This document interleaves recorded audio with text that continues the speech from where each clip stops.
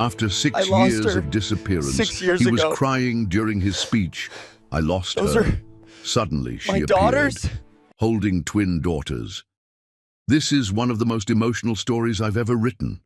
Right now, I'm away for a medical checkup, but don't miss this one. Watch it till the end. I promise you will feel every second. Hi, my beautiful family. Welcome back to Mr. Peter Stories. Before we begin, let me pray for you. A prayer for my beautiful family, Heavenly Father. Thank you for each beautiful heart listening today. Bless them with peace, love, health, and strength. Let these stories bring healing, hope, and joy to their lives. Amen.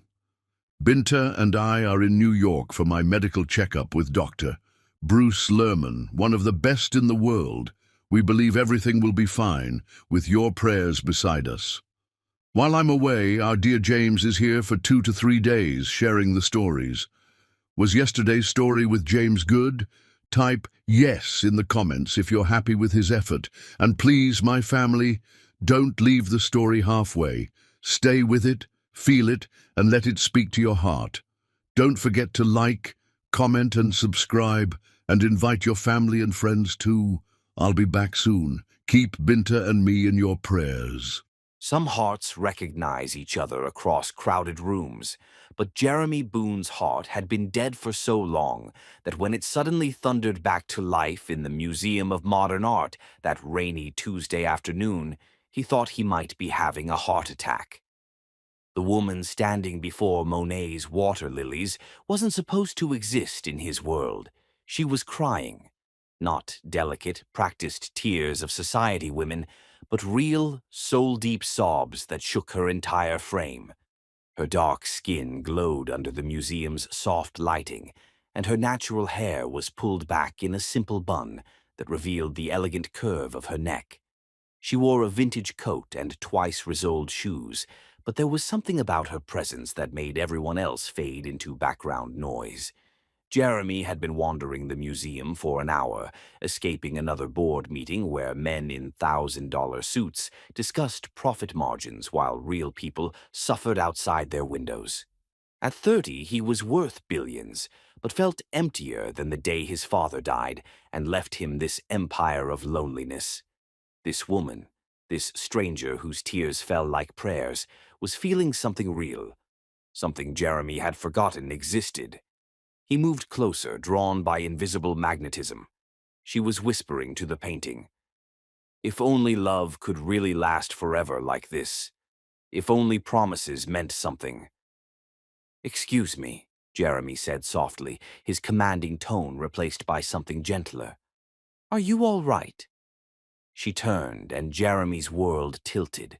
Her eyes were honey-colored, swimming with tears, holding depths that took his breath away. For a moment, neither spoke. Jeremy felt like he was drowning and being saved simultaneously. Then her expression hardened. Vulnerability vanished, replaced by suspicion that hit like a physical blow. "I'm fine," she said, voice trembling despite attempted firmness. She wiped her eyes and started moving away. "Wait," Jeremy called, following. "I'm sorry, I didn't mean to intrude. You seem to feel something so deeply about that painting. I was curious what you saw." She stopped, turned back, eyes narrowing as they assessed his expensive suit, styled hair, the watch costing more than most people's cars. "Let me guess, you're one of those men who thinks a woman crying in public is an invitation." "No, Or maybe you saw my reaction and thought, there's a woman with feelings I can manipulate." She stepped closer, and Jeremy caught her scent, something light and floral from a drugstore that was more intoxicating than any designer fragrance. "Is that it?" Jeremy felt heat rise in his cheeks. In his world, people agreed with him, flattered him, tried to get close for his money. No one had spoken this directly to him in years. "Actually, I haven't seen anyone react to art the way you were. It made me wonder what you were seeing that I've missed my entire life." She studied his face, searching for deception. "You really want to know?" "Yes." She turned back to the painting, and Jeremy stood beside her, careful to maintain respectful distance. "I see love that existed purely," she said quietly. Monet painted these during his final years, when his eyesight was failing and his wife was dying. But look at the brush strokes, still full of hope, still full of beauty. He painted love even when his world was falling apart. Jeremy stared at the painting, then at her profile. "And that makes you sad?" "It makes me sad because love like that doesn't exist anymore," she whispered. "It's a beautiful fairy tale that artists paint and poets write, but in the real world, people like." She gestured at his wealth. "People like you think everything can be bought, including hearts." The accusation stung because it was true. Jeremy had bought plenty: companionship, pleasure, even something resembling affection. But looking at this woman, hearing her pain, he felt ashamed of every meaningless transaction. "You're right," he said quietly. "I have thought that, but I've never been happy believing it." Surprise flickered across her features. "Most men would argue or try to prove me wrong. Most men haven't spent their lives surrounded by people who only see dollar signs when they look at them," Jeremy replied. "I'm Jeremy, by the way. Jeremy Boone." Recognition dawned, followed immediately by disgust. The Jeremy Boone, the billionaire who buys companies like normal people buy coffee. "Unfortunately, yes." She laughed harshly. "Of course, I should have known. The universe has a cruel sense of humor." She started toward the exit, coat swirling around her. Jeremy followed, desperation clawing at his chest. "Wait, please. You didn't tell me your name." "Because I don't plan to," she called without slowing. "I know men like you. Your money can't buy what matters, and I'm not for sale." She disappeared into the crowd, leaving Jeremy standing alone like a man who'd just watched the sun set for the last time. Around him, other visitors continued viewing art, their conversations dull buzz that couldn't penetrate the sudden silence in his head. For the first time in his adult life, Jeremy Boone had met someone who didn't want anything from him. More than that, she actively despised what he represented, and for reasons he couldn't understand, that made him want to know her more than he'd ever wanted anything. That night, lying in his penthouse overlooking Central Park, Jeremy stared at the ceiling and thought about honey-colored eyes and how someone could make love sound like both prayer and curse. The next morning, he canceled 3 meetings and returned to the museum. She wasn't there. He came back the next day and the next. By week's end, security guards knew him by name. The gift shop clerk asked if he needed help finding someone. Jeremy felt foolish but couldn't stop himself. Something about that encounter had awakened a part of him he'd thought permanently dead. On the 8th day, he found her again. She sat in the museum cafe, worn paperback of Pablo Neruda's poetry open before her, coffee growing cold at her elbow. She wore a simple blue dress that looked handmade and carefully mended flats. Her hair fell in soft waves past her shoulders, and Jeremy felt his heart do that strange, painful thing again. He bought coffee he didn't want and approached her table, hands shaking slightly. "Mind if I sit?" She looked up, recognized him, her eyes shifting from surprised to annoyed to something that might have been resigned amusement. "You're persistent." "May I?" He gestured to the empty chair. She sighed, closed her book, but nodded. Jeremy sat carefully, as if sudden movement might spook her. "What do you want, Jeremy Boone?" she asked, his name sounding like a diagnosis. "To understand," he said honestly. "To understand what you see that I don't. To understand why someone can look at art and feel something so deeply it brings them to tears. To understand why you think love like Monet's can't exist anymore." She studied him, fingers drumming against her cup. "You want to understand feelings.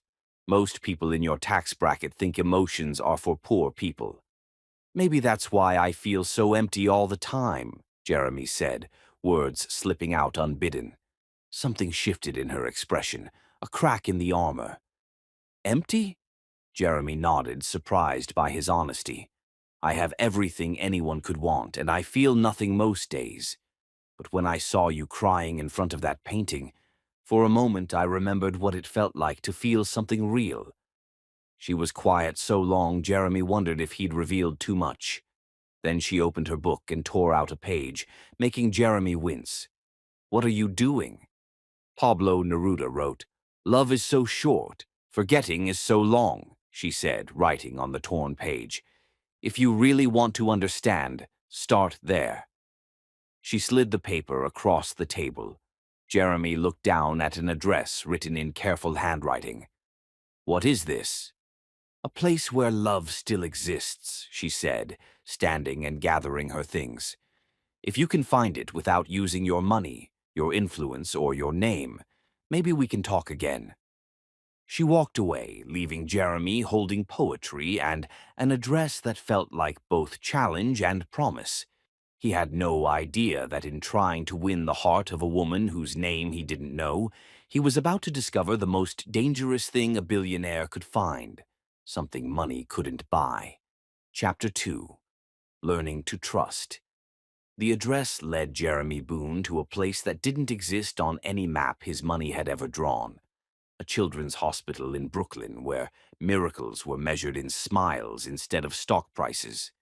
Jeremy stood outside the weathered brick building, watching through rain-streaked windows as volunteers read stories to children who should have been playing in parks, instead of fighting battles too big for their small bodies. The paper in his hand was damp from October drizzle, Pablo Neruda's words about love and forgetting smearing slightly, but the address remained clear. He almost turned around 3 times. This wasn't his world of glass towers and leather boardrooms, where suffering was discussed in quarterly reports as acceptable losses. But something about the way she'd looked at him in the cafe, like she was offering him a chance at redemption he didn't deserve, kept his feet moving toward the entrance. The lobby smelled like disinfectant and hope. Jeremy adjusted his tie, feeling ridiculously overdressed, when he heard laughter that made his heart skip. There, sitting cross-legged on the floor with children circled around her, was the woman from the museum. She wore scrubs covered in cartoon animals and had paint smudges on her cheek, and Jeremy had never seen anyone more beautiful. She was leading art therapy, her hands guiding small fingers as they created masterpieces that would never hang in galleries but held more joy than any art Jeremy had ever owned. One little girl, maybe 7, was struggling with her brush, tears of frustration forming. "It's okay, sweetheart," the woman said, voice gentle as spring rain. "Art isn't about making it perfect. It's about putting your heart on paper. Show me what happiness looks like to you." The little girl smiled and made a bright yellow sun with rays shooting everywhere. "That's my daddy coming home from work." "It's perfect," the woman said, and Jeremy could hear the emotion in her voice. "Absolutely perfect." Jeremy stood frozen, watching this woman who could have been bitter about whatever brought tears to her eyes in the museum, but instead was giving light to children who needed it most. Here was love in action, not theory. "Can I help you?" a nurse asked. "I'm looking for—" Jeremy realized he still didn't know her name. "The woman leading art therapy. I'm supposed to meet her here." The nurse's eyes widened, taking in Jeremy's expensive suit and watch. "You mean Shirley? Shirley McDaniel?" Shirley. Finally, a name for the woman who had turned his world upside down. "Yes, Shirley. She'll be done in 20 minutes. You can wait in the family lounge." Jeremy nodded, but didn't move toward the lounge. Instead, he found a chair near the art room where he could watch Shirley work. For 20 minutes, he observed her patient kindness, how she celebrated every child's creativity, how she made each kid feel like the most important person in the world. When the session ended and children were led back to their rooms, Shirley finally noticed Jeremy in the hallway. Surprise on her face quickly shifted to something that might have been disappointment. "You found it," she said, stripping off paint-covered gloves. "You didn't think I would." I thought you'd send someone else. Rich men don't usually like getting their hands dirty with actual human suffering. That edge again, the wall she built whenever she remembered who he was. Jeremy stood up, searching for right words. Why did you give me this address? Shirley gathered her things from a nearby locker, movements efficient and practiced. Because you said you wanted to understand what real love looks like. This is it. Love isn't a feeling you have while looking at expensive art in climate-controlled museums. Love is showing up every Tuesday and Thursday to paint with kids who might not see Christmas. How long have you been volunteering here? 3 years. She slung her bag over her shoulder and started toward the exit. Ever since my mother got sick and we spent 6 months in a place like this, I learned that healing happens in the smallest acts of kindness.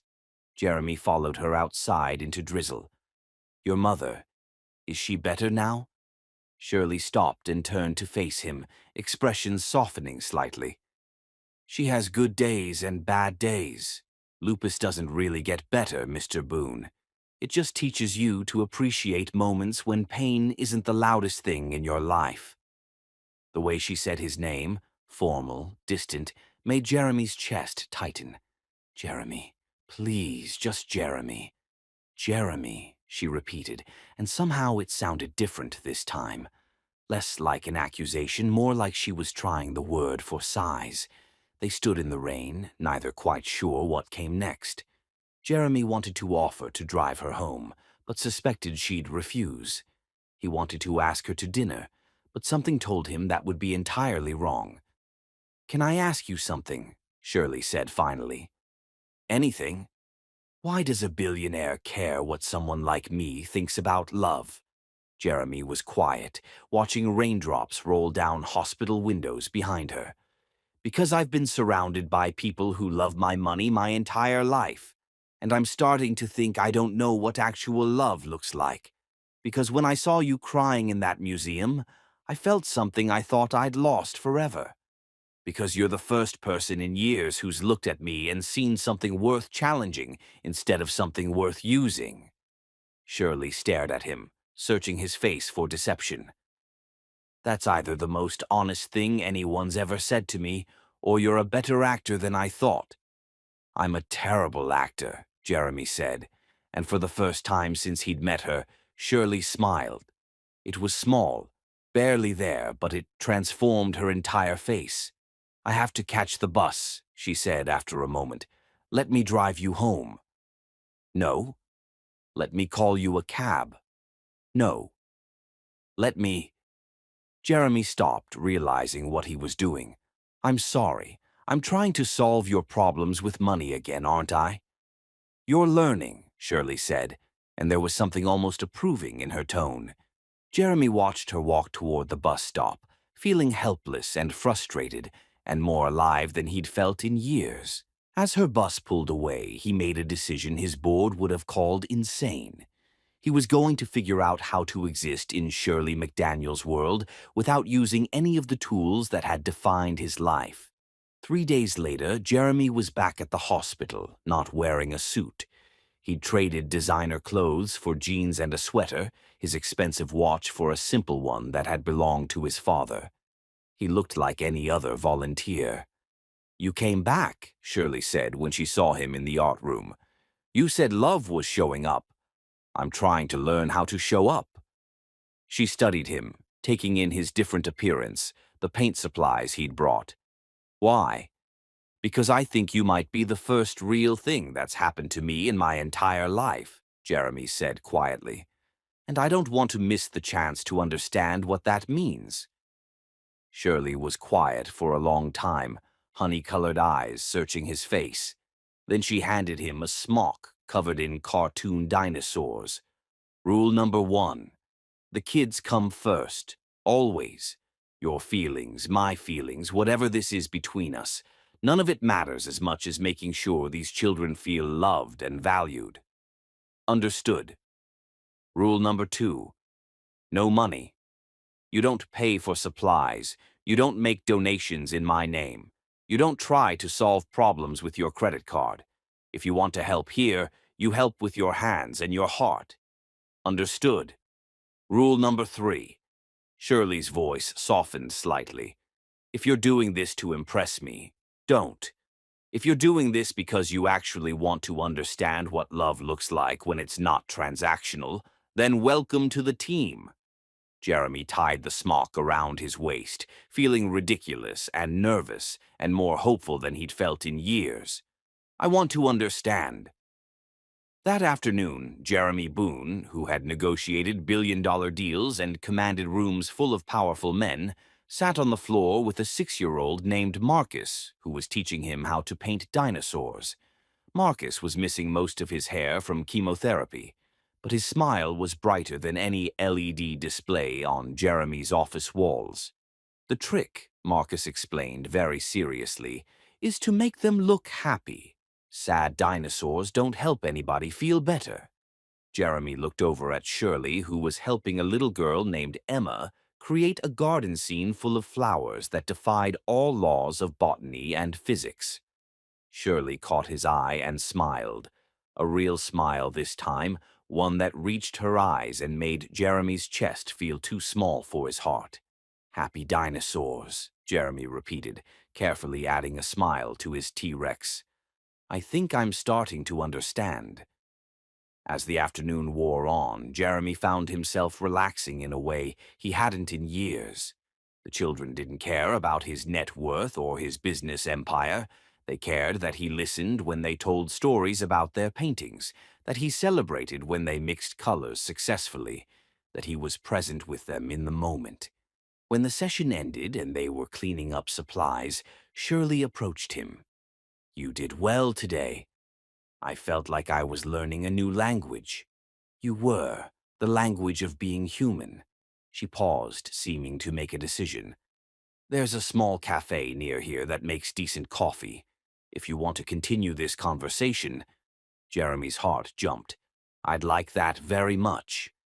20 minutes later, they sat across from each other in a tiny cafe that definitely didn't cater to billionaires.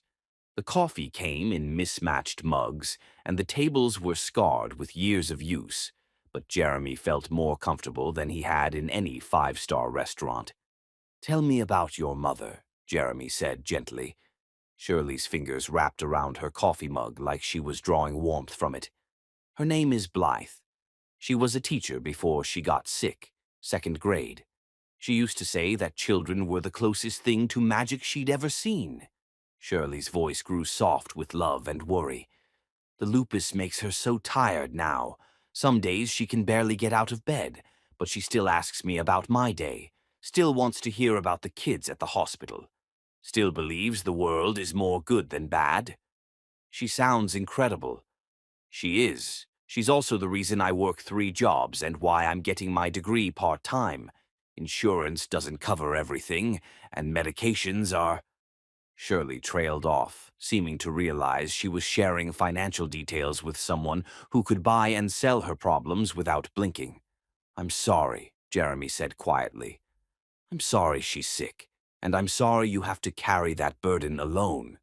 Shirley looked surprised. You didn't offer to help. Most people hear about medical bills and either offer money or run away. Would you accept help if I offered it? No. Then what would be the point of offering? They sat in comfortable silence for a moment, each lost in their own thoughts. Finally, Shirley spoke again. Why don't you have anyone? She asked. I mean, you're successful, you're... She gestured vaguely at his face. Not terrible to look at. Why are you alone? Jeremy laughed, but it was a hollow sound. Because everyone wants something from me. Even when they say they don't, they do. Even when they claim to love me, they love what I can give them. I stopped believing in anything else a long time ago. That sounds lonely. It is. But loneliness feels safer than being used. Shirley studied his face for a long moment. Maybe the problem isn't that people want something from you. Maybe the problem is that you've forgotten how to want something real for yourself. Her words hit Jeremy like a physical blow, not because they were cruel, but because they were true. When was the last time he'd wanted something that couldn't be bought? When was the last time he'd worked for something he might not get? "What do you want, Shirley?" he asked quietly. She was quiet for so long that Jeremy thought she wouldn't answer. Then, "I want my mother to have more good days than bad ones. I want to help children heal from things that shouldn't happen to anyone so young. I want to believe that somewhere in this world, there's still such a thing as love that doesn't come with conditions or price tags." She met his eyes. "I want to stop being so afraid of being hurt that I push away anything that might be real." "Are you pushing me away?" "I'm trying to," she admitted. "But you keep showing up in places money can't reach, and it's making it harder to remember why I should be scared of you." Jeremy felt something shift between them, some invisible barrier beginning to crack. "What if we just started over? What if we pretended that we met as two people who volunteer at a children's hospital, and we both happen to be trying to figure out what love actually looks like?" Shirley smiled, and this time it was the kind of smile that could have powered the entire city. "Hi," she said, extending her hand across the scarred table. "I'm Shirley McDaniel. I paint with kids and believe in the healing power of art and terrible coffee." Jeremy took her hand, feeling warmth spread through his entire body at the simple contact. "Hi, Shirley. I'm Jeremy, and I'm learning that the best things in life can't be bought." "Nice to meet you, Jeremy," she said, and for the first time since they'd met, her voice held no trace of suspicion or walls or fear, just possibility. And for Jeremy Boone, that was worth more than all the money in the world. Chapter 3. Two Hearts Becoming One. Love, Jeremy discovered, was nothing like the business deals he'd mastered. It couldn't be negotiated, acquired, or scheduled in conference rooms, and it had the audacity to bloom in a cramped Brooklyn apartment while he learned to make biscuits at 5 in the morning. 3 weeks had passed since their fresh start in the cafe, and Jeremy found himself living a double life. By day, he ran a billion-dollar empire from his glass tower. By evening, he took the subway to Brooklyn, where he was learning what it meant to exist as just Jeremy, not the heir to generations of wealth, just a man trying to prove himself worthy of a woman who saw through every facade he'd ever constructed. The alarm on his phone buzzed at 4:30 a.m., and Jeremy was already dressed and out the door by 4:45. He discovered that Shirley worked the opening shift at Luna's Cafe on Tuesdays and Thursdays, starting at 6 a.m., which meant she left her apartment at 5:15 to catch the early bus. 3 days ago, she'd mentioned in passing that she barely had time to eat breakfast on those mornings. Jeremy had been thinking about that ever since. He stood outside her building at 5:10, holding a thermos of coffee and a brown paper bag containing his third attempt at making biscuits from scratch. The first batch had been inedible charcoal. The second had been better, but still not quite right. This morning's batch actually resembled food humans might consume. Shirley emerged from the building at exactly 5:13, bundled in a coat that had seen too many winters, but still carried herself with grace that made Jeremy's chest tight. She stopped short when she saw him. "Jeremy, what are you doing here?" "You said you don't have time for breakfast on early mornings," he said, suddenly feeling foolish. "I thought maybe I could change that." She stared at him, then at the thermos and bag in his hands. "Did you make coffee?" "And biscuits." "Well, I attempted biscuits. They might not be edible, but they're made with good intentions." A slow smile spread across Shirley's face, the kind that made Jeremy feel like he'd just closed the most important deal of his life. "You made me breakfast." "I tried to make you breakfast. There's a significant difference." She laughed, a sound becoming Jeremy's favorite music. "Show me." Jeremy opened the thermos, and the smell of properly brewed coffee filled the morning air. Then he opened the bag, revealing biscuits that were golden brown and actually looked like food. "Jeremy," Shirley said softly, taking one of the biscuits and breaking it open. Steam rose from the fluffy interior, and she took a tentative bite. Her eyes widened. "These are incredible. Where did you learn to make biscuits?" "YouTube," Jeremy admitted, "and approximately 47 failed attempts over the past week. I may have gone through more flour than a commercial bakery." Shirley laughed again, but this time there were tears in her eyes. "No one has ever learned to make biscuits for me before." "Then they were missing out on something spectacular," Jeremy said quietly. They stood on the sidewalk as dawn painted the Brooklyn sky in shades of pink and gold, sharing coffee and biscuits and something that felt dangerously close to intimacy. Other early commuters hurried past them, but Jeremy felt like they existed in their own bubble of time. "I'm going to miss my bus," Shirley said eventually, but she made no move to leave. "I could drive you to work." Jeremy. "Or I could walk you to the bus stop and ride with you, as a friend who happens to be going in the same direction." Shirley studied his face, looking for ulterior motives and finding only sincerity. "You take the bus?" "I've become quite fond of the bus, actually. It's amazing what you notice about the world when you're not sealed inside a luxury car." On the bus, Jeremy watched Shirley's reflection in the window and realized with startling clarity that he was falling in love with her. Not the careful, calculated affection he'd felt for women in his social circle, but something wild and terrifying and completely outside his control. The revelation should have sent him running. Instead, it made him want to learn everything about her, what made her laugh, what she dreamed about, how she liked her eggs cooked, whether she was ticklish, what her voice sounded like first thing in the morning. "What are you thinking about?" Shirley asked, catching him staring at her reflection. "You," Jeremy said honestly. "I'm thinking about you." Something shifted in the air between them, recognition that they were moving into uncharted territory. Shirley turned away from the window to face him directly. "Jeremy, I need you to know something." "Okay. I don't date rich men. I don't date men who could solve my problems with their credit cards. I don't date men who exist in a different universe than I do." Jeremy felt his heart sink. "Okay. But I also don't usually meet men who learn to make biscuits just because I mentioned being hungry. I don't meet men who volunteer at children's hospitals without trying to get their names on plaques. I don't meet men who take the bus just to spend 20 more minutes with me." Hope flickered back to life in Jeremy's chest.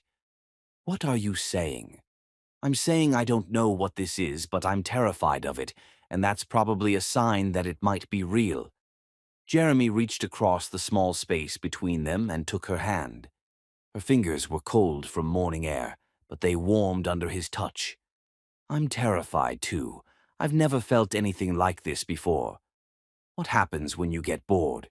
When the novelty of slumming it in Brooklyn wears off?" The question hit Jeremy like a slap.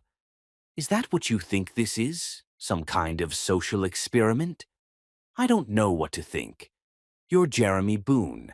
I serve coffee for minimum wage and live in a studio apartment with my sick mother. This doesn't make sense." Jeremy was quiet for a moment, choosing his words carefully. "You're right. It doesn't make sense. But neither does the fact that I can't eat without thinking about sharing the meal with you. Neither does the fact that I've rearranged my entire schedule around your volunteer shifts at the hospital. Neither does the fact that I dream about your laugh and wake up disappointed that it was just a dream." Shirley's eyes widened. "Jeremy, I know it's crazy. I know we're from different worlds, but I also know that before I met you, I felt like I was sleepwalking through my life. And now I feel like I'm finally awake." The bus pulled up to Shirley's stop, but neither of them moved to get off. "I need time to think," Shirley said quietly. "How much time?" "I don't know. This is big, Jeremy. Bigger than anything I've ever felt before, and that scares me." Jeremy squeezed her hand gently, then released it. Take all the time you need. I'll be here when you're ready. Shirley stood up to leave, then turned back to him. Jeremy? Yeah. Thank you for the biscuits. They were perfect. Jeremy watched her disappear into the crowd, feeling like his heart was walking away with her. He rode the bus to the end of the line and back, thinking about what she'd said, about the fear in her eyes and the longing that matched his own. That afternoon, instead of going to his office, Jeremy found himself at the children's hospital. He wasn't scheduled to volunteer, but he needed to be somewhere that reminded him of what was real and important.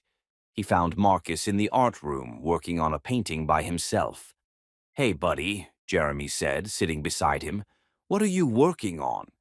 A present for Miss Shirley, Marcus said seriously. She looked sad today, so I'm making her a happy painting. Jeremy looked at the canvas where Marcus had painted two figures holding hands under a rainbow. One figure had dark skin and curly hair, clearly meant to be Shirley. The other was lighter, wearing a suit that looked suspiciously like the one Jeremy had worn on his first day volunteering. That's a beautiful painting, Marcus. It's you and Miss Shirley, Marcus explained. She told me about you. She said you make her feel things she didn't think she could feel anymore. Jeremy's heart stopped. She said that? Uh-huh. But she also said she was scared because good things don't usually happen to people like her. What do you think about that? Marcus considered this with the seriousness that only children facing adult-sized problems could muster. I think good things happen when brave people let them happen. Miss Shirley is brave with everything else. Maybe she just needs to be brave with her heart, too. Out of the mouths of babes, Jeremy thought. You're pretty wise, Marcus. My mom says sick kids have to grow up fast, but I think maybe that means we see things other people miss. That evening, Jeremy went home to his penthouse and did something he hadn't done since he was a child. He wrote a letter by hand. Not an email, not a text, but an actual letter on paper with a pen. Dear Shirley, I know you need time to think, and I respect that, but I also need you to know some things while you're thinking. I don't want to solve your problems with money. I want to learn how to be the kind of person who could stand beside you as you solve them yourself. I don't want to change your life to fit mine. I want to build a life that fits both of us. I don't want to rescue you. I want to discover what we could become together.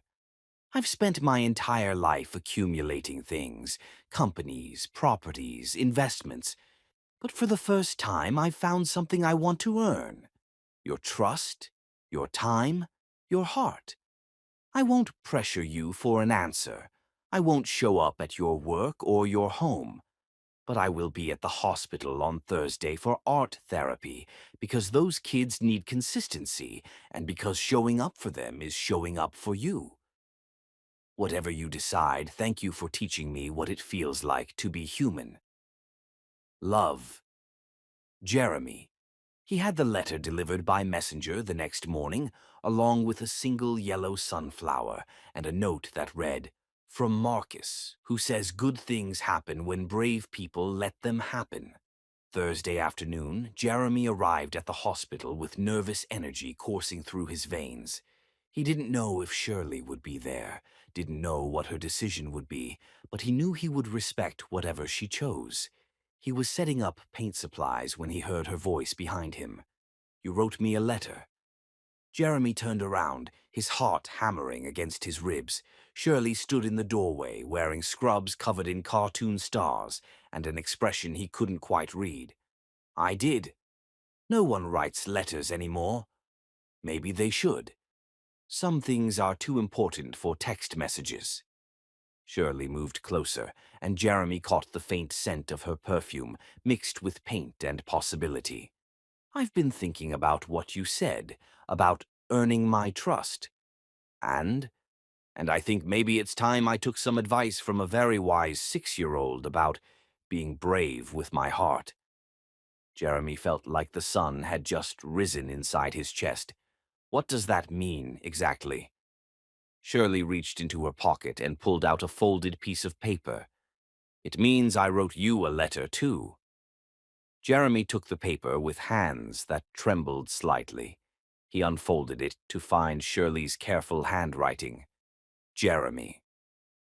I've spent so long protecting my heart that I almost forgot it was supposed to be used for loving. I'm scared of what you make me feel. I'm scared of what we could become. I'm scared of getting hurt. But I'm more scared of spending my life wondering, what if? So here's what I propose. We take this one day at a time. No promises about forever, no grand gestures, no trying to solve each other's problems. Just two people learning what it means to love without conditions. And Jeremy? Next time you want to make me breakfast, I'd like to help. I make terrible coffee, but I know my grandmother's secret to perfect biscuits. Yours, if you want me. Shirley. Jeremy looked up from the letter to find Shirley watching him with eyes that held equal parts fear and hope. I want you, he said quietly, more than I've ever wanted anything, even if it's complicated, even if we have to figure it out as we go. Especially then, Jeremy said, closing the distance between them. The best things in life are worth working for. Shirley smiled, and Jeremy felt his entire world reorganize itself around the possibility of loving her. So, where do we start? We start with tomorrow morning, Jeremy said. 5 a.m., your kitchen, and you can teach me the secret to perfect biscuits. Deal, Shirley whispered, and when Jeremy leaned down to kiss her forehead, she didn't pull away. Instead, she leaned into him, and Jeremy discovered that love felt like coming home to a place he'd never been, but had been searching for his entire life. Outside, New York City hummed with its usual chaos, but inside the Children's Hospital art room, two hearts that had been guarding themselves against pain finally opened to the possibility of joy.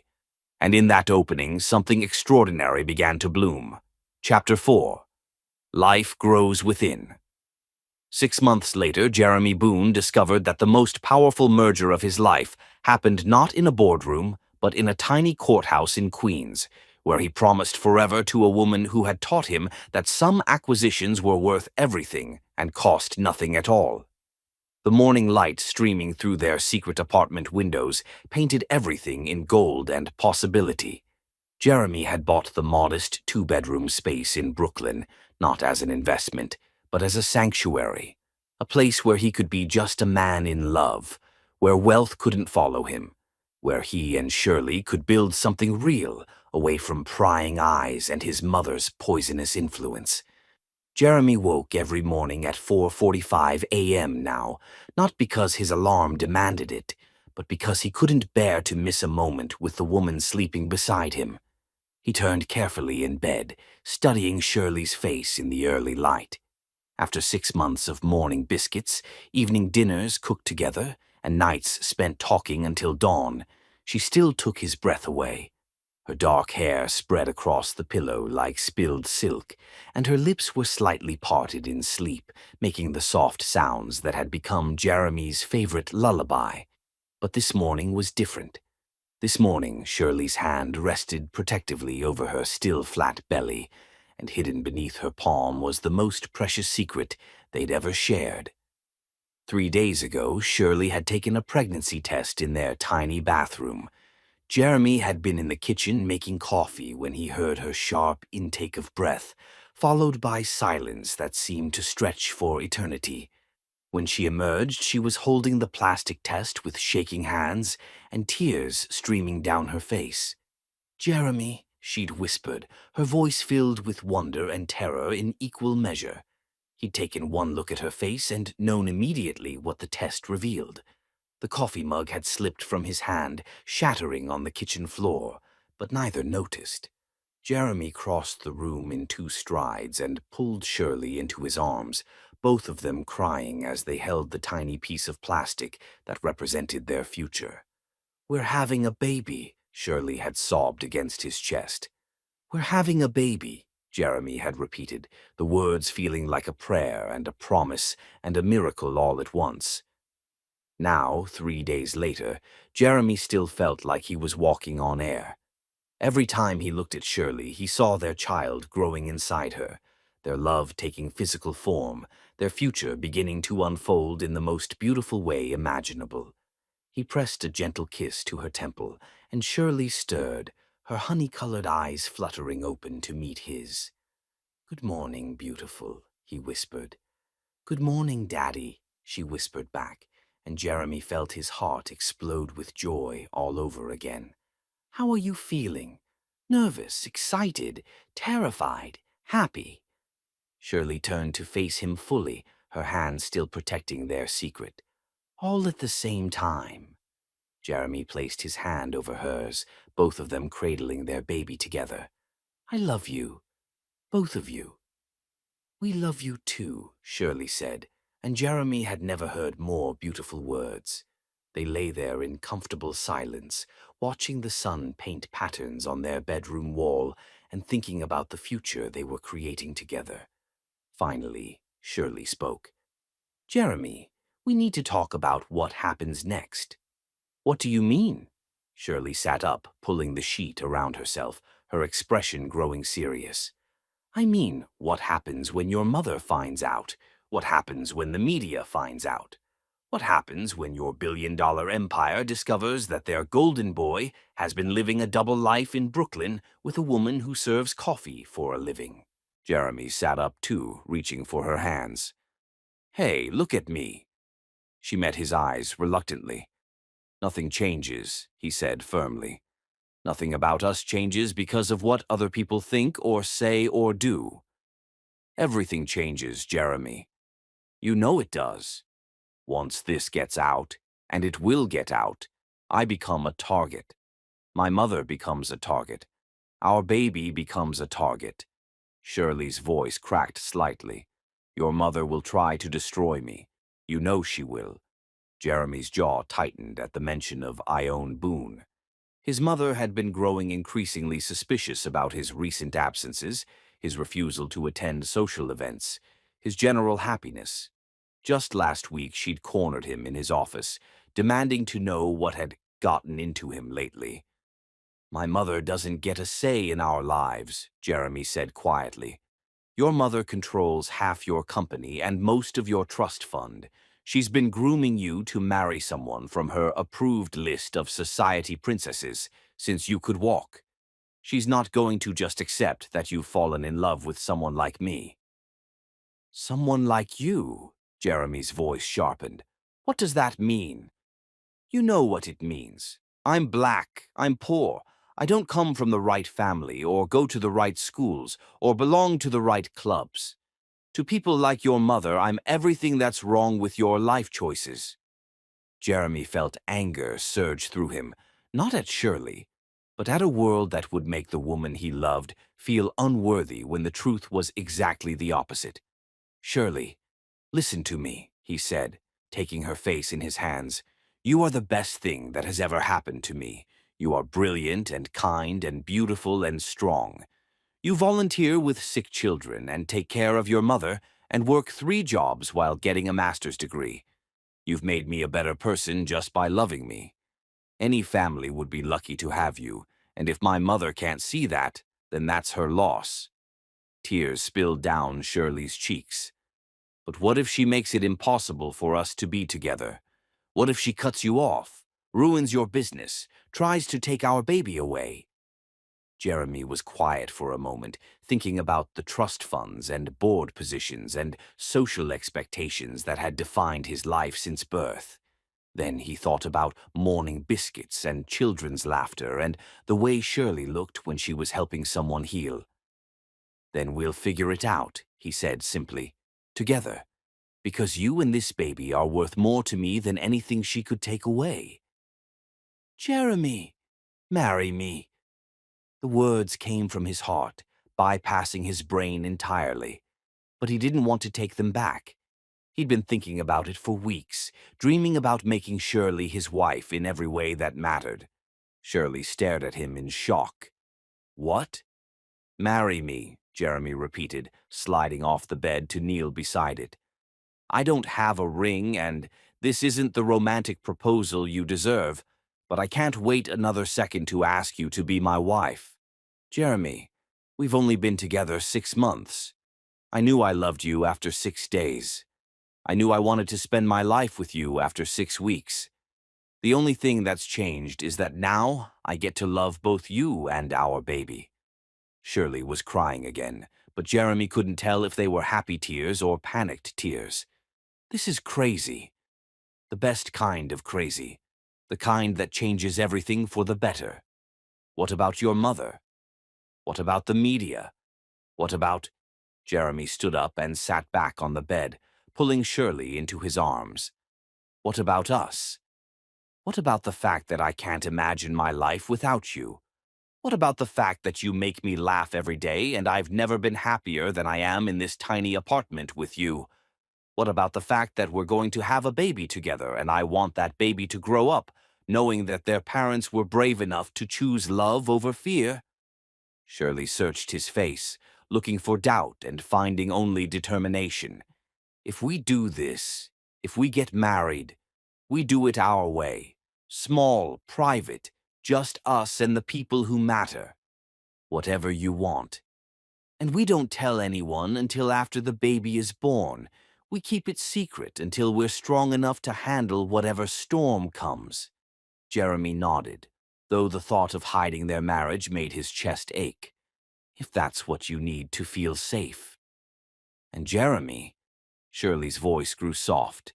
We don't do it because I'm pregnant. We do it because we can't imagine not being married to each other.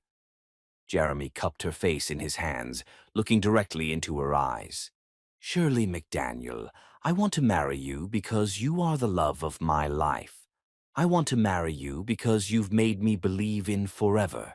I want to marry you because I can't bear the thought of not being your husband. The baby is a gift, but you are the miracle. Shirley kissed him then, soft and sweet and full of promise. When they broke apart, she was smiling through her tears. Yes, she whispered. Yes, I'll marry you. Jeremy whooped with joy, spinning her around their small bedroom until they were both laughing and dizzy. When he finally set her down, they were both breathing hard and grinning like teenagers. When? Jeremy asked.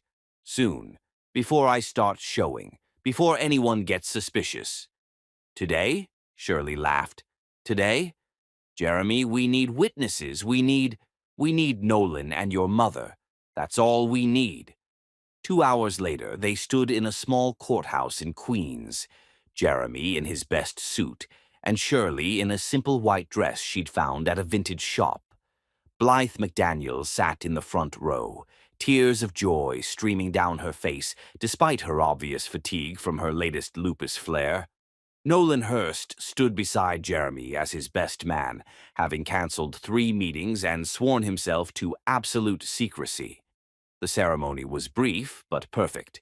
When the judge asked if they had rings, Jeremy produced 2 simple gold bands he'd bought at a jewelry store on the way to the courthouse.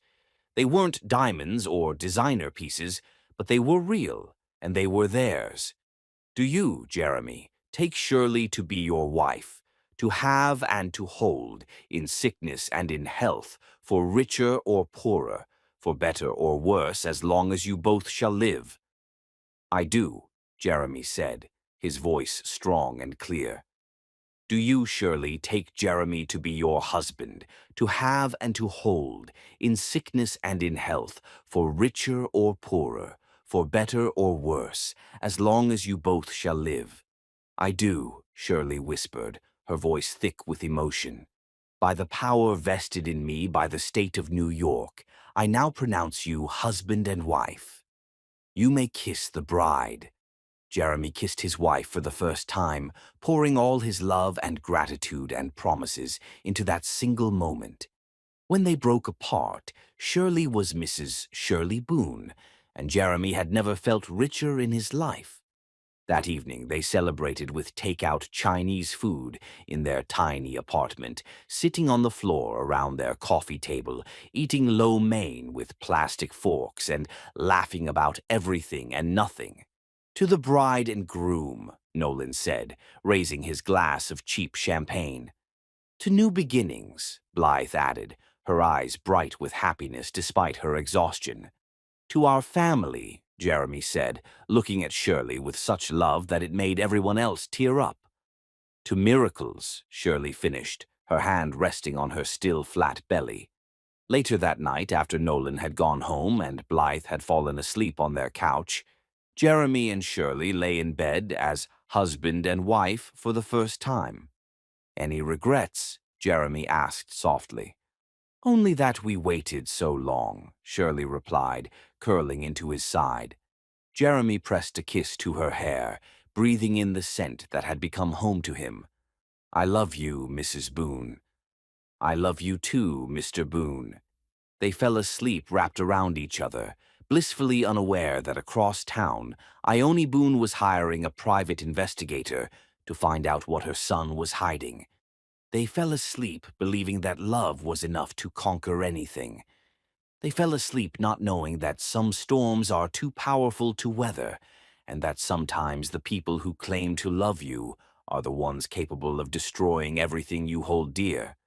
But for that one perfect night, they were just Jeremy and Shirley Boone, newlyweds expecting their first child, drunk on love and hope, and the beautiful naivete of thinking that happily ever after was guaranteed to people brave enough to choose each other. It would be the last night they would sleep peacefully for 6 years. Chapter 5. The Devil Wears Pearls. Evil, Shirley learned, didn't always announce itself with thunderclaps and dramatic music. Sometimes it wore Chanel suits and pearl necklaces and smiled while it destroyed everything you loved. 3 months had passed since their secret wedding, and Shirley was beginning to show. At 14 weeks pregnant, she couldn't hide the gentle curve of her belly anymore, so they'd started staying in their Brooklyn apartment more often. Jeremy had been working from home frequently, claiming he was exploring remote management strategies. But Shirley knew he simply couldn't bear to be away from her and their growing baby.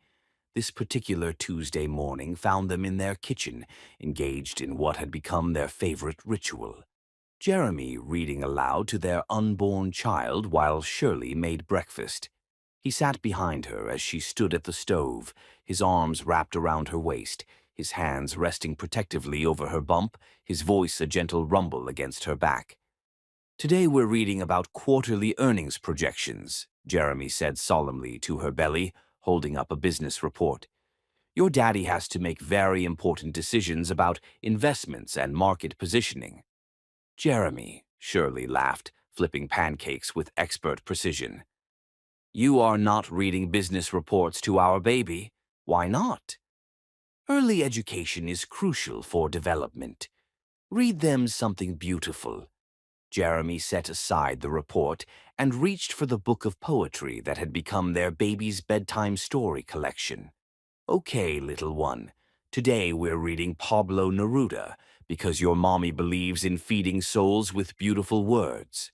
He cleared his throat dramatically and began, "I love you without knowing how or when or from where. I love you simply, without problems or pride." Shirley leaned back against Jeremy's chest, feeling their baby flutter in response to his voice. These moments, domestic and simple and perfect, were what she treasured most. Jeremy had transformed from a man who ate lonely meals in sterile penthouses to someone who couldn't start his day without talking to their child, who learned pregnancy nutrition facts with the same intensity he brought to corporate mergers, who cried every time they heard the baby's heartbeat at doctor's appointments. "I love you without knowing how or when or from where. I love you simply without problems or pride," Jeremy finished, pressing a kiss to Shirley's neck. "Beautiful choice," she murmured, turning in his arms to kiss him properly. Jeremy hummed against her lips. I think the baby liked it too. Did you feel that little kick? That wasn't a kick. That was a flutter.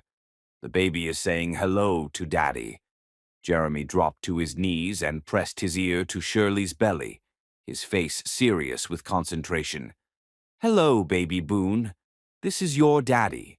I love you so much already, and I can't wait to meet you.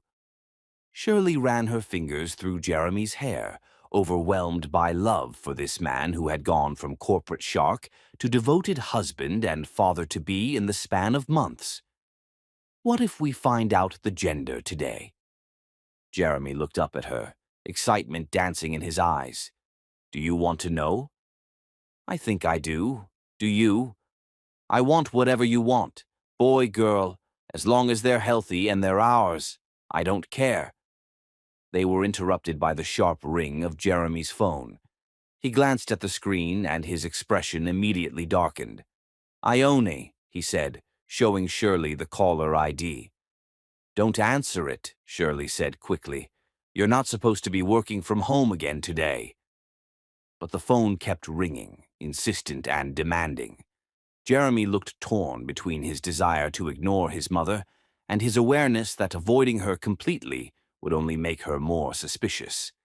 I have to take it, he said reluctantly. But I'll make it quick. He answered on the fifth ring. Hello, Mother.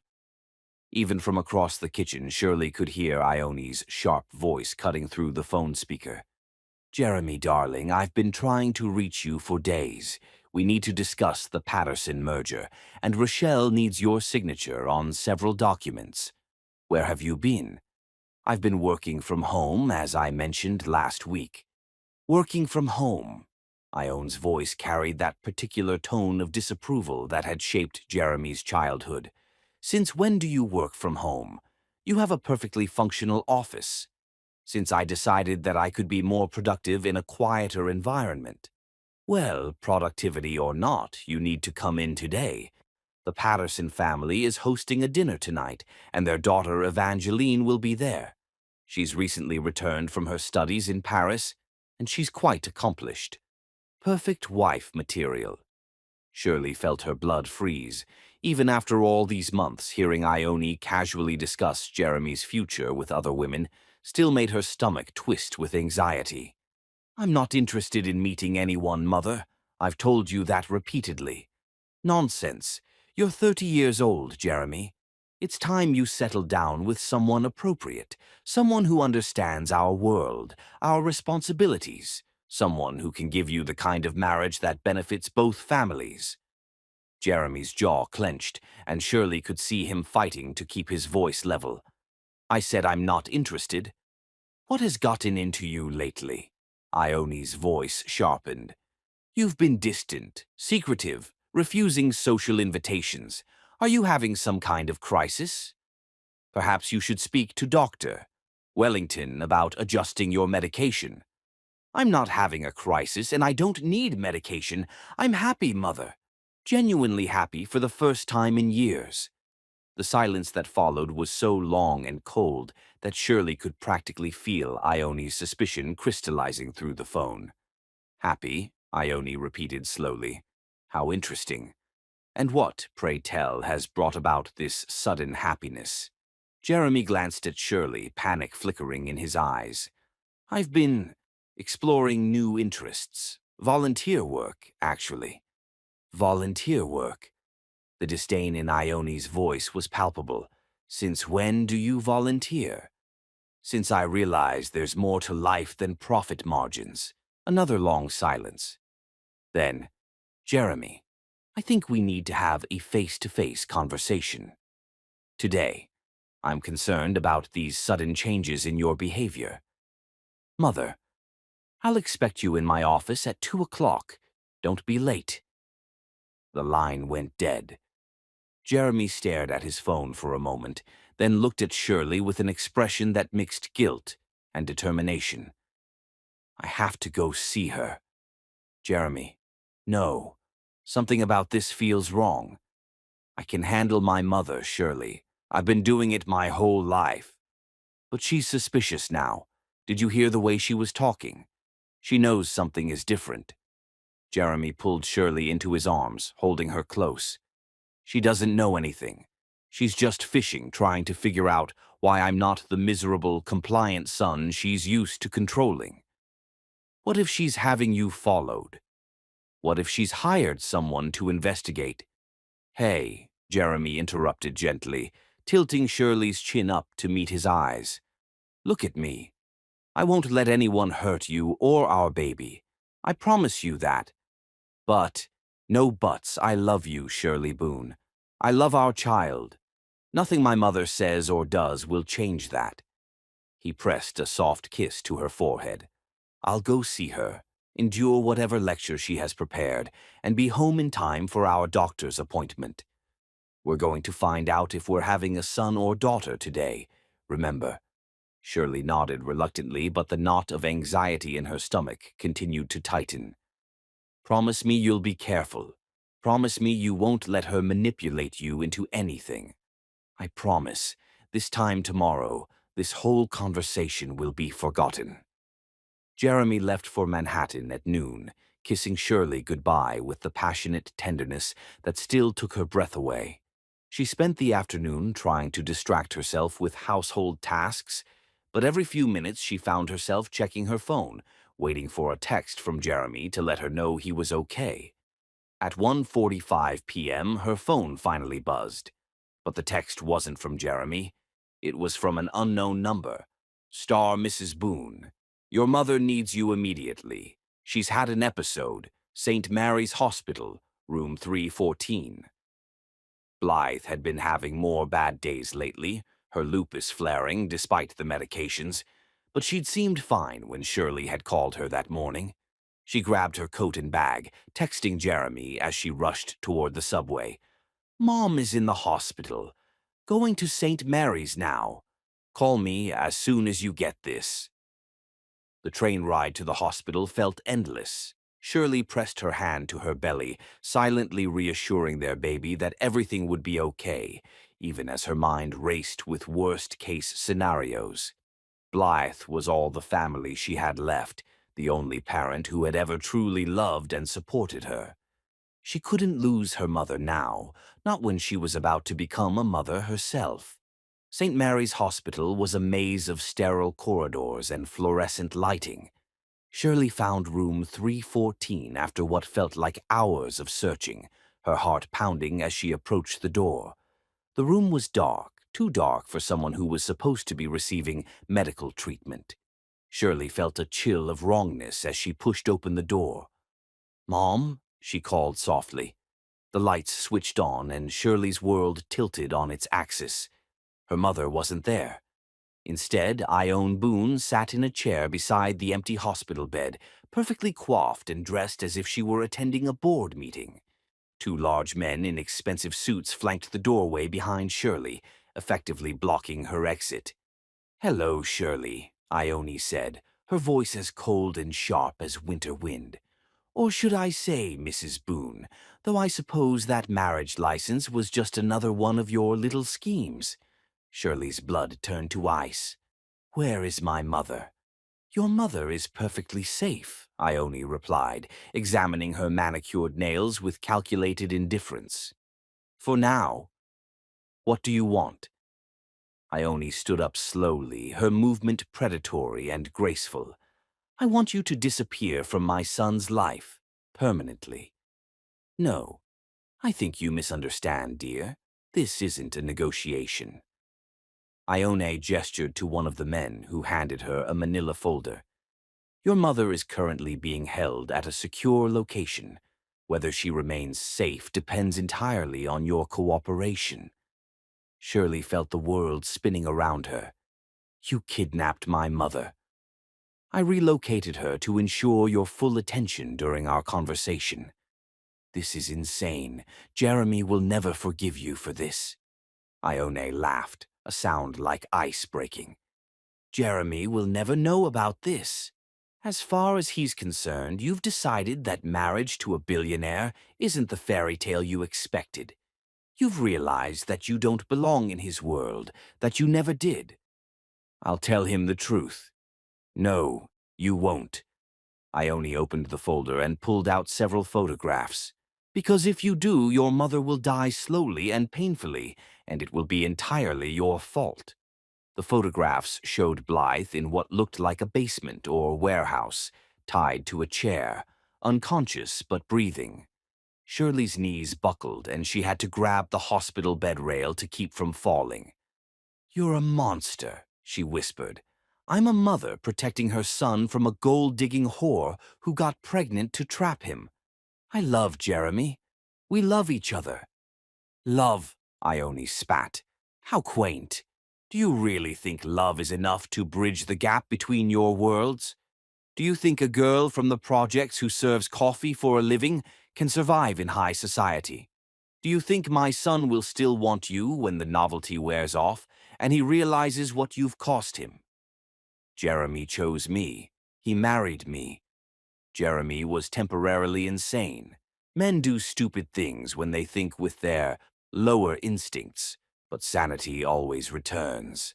Ione pulled out a piece of paper and a pen. "You're going to write him a letter explaining that you never loved him, that the pregnancy was a lie to manipulate him into marriage, and that you're leaving him for someone with more money. You're going to make him believe that everything you shared was false." "I won't do it." "Then your mother dies." Ione's voice was matter-of-fact, as if she were discussing the weather.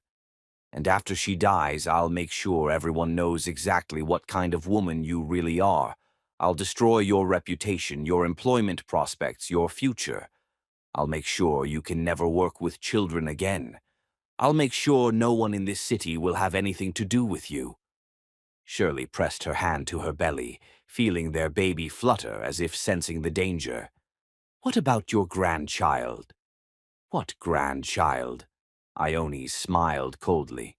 "Jeremy will know the truth, that you lied about being pregnant to trap him, that there never was a baby. But I am pregnant. That's not something you can fake. Isn't it? Young women fake pregnancies all the time to secure wealthy husbands.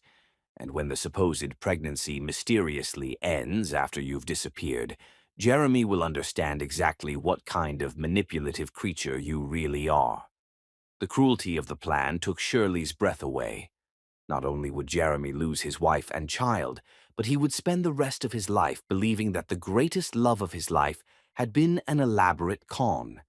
"Please," Shirley whispered, tears streaming down her face, "please don't do this. We're happy. We're not hurting anyone." "You're hurting him by existing in his life.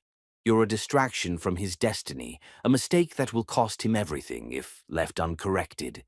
Ione held out the pen. "Write the letter, Shirley. Save your mother's life and give my son a chance at the future he deserves. And if I do this, if I write this letter and disappear, you'll let my mother go? I'll let her live. But you'll sign a contract agreeing to never contact Jeremy again, never return to New York, never attempt to claim any connection to the Boone family. If you violate this agreement, your mother dies."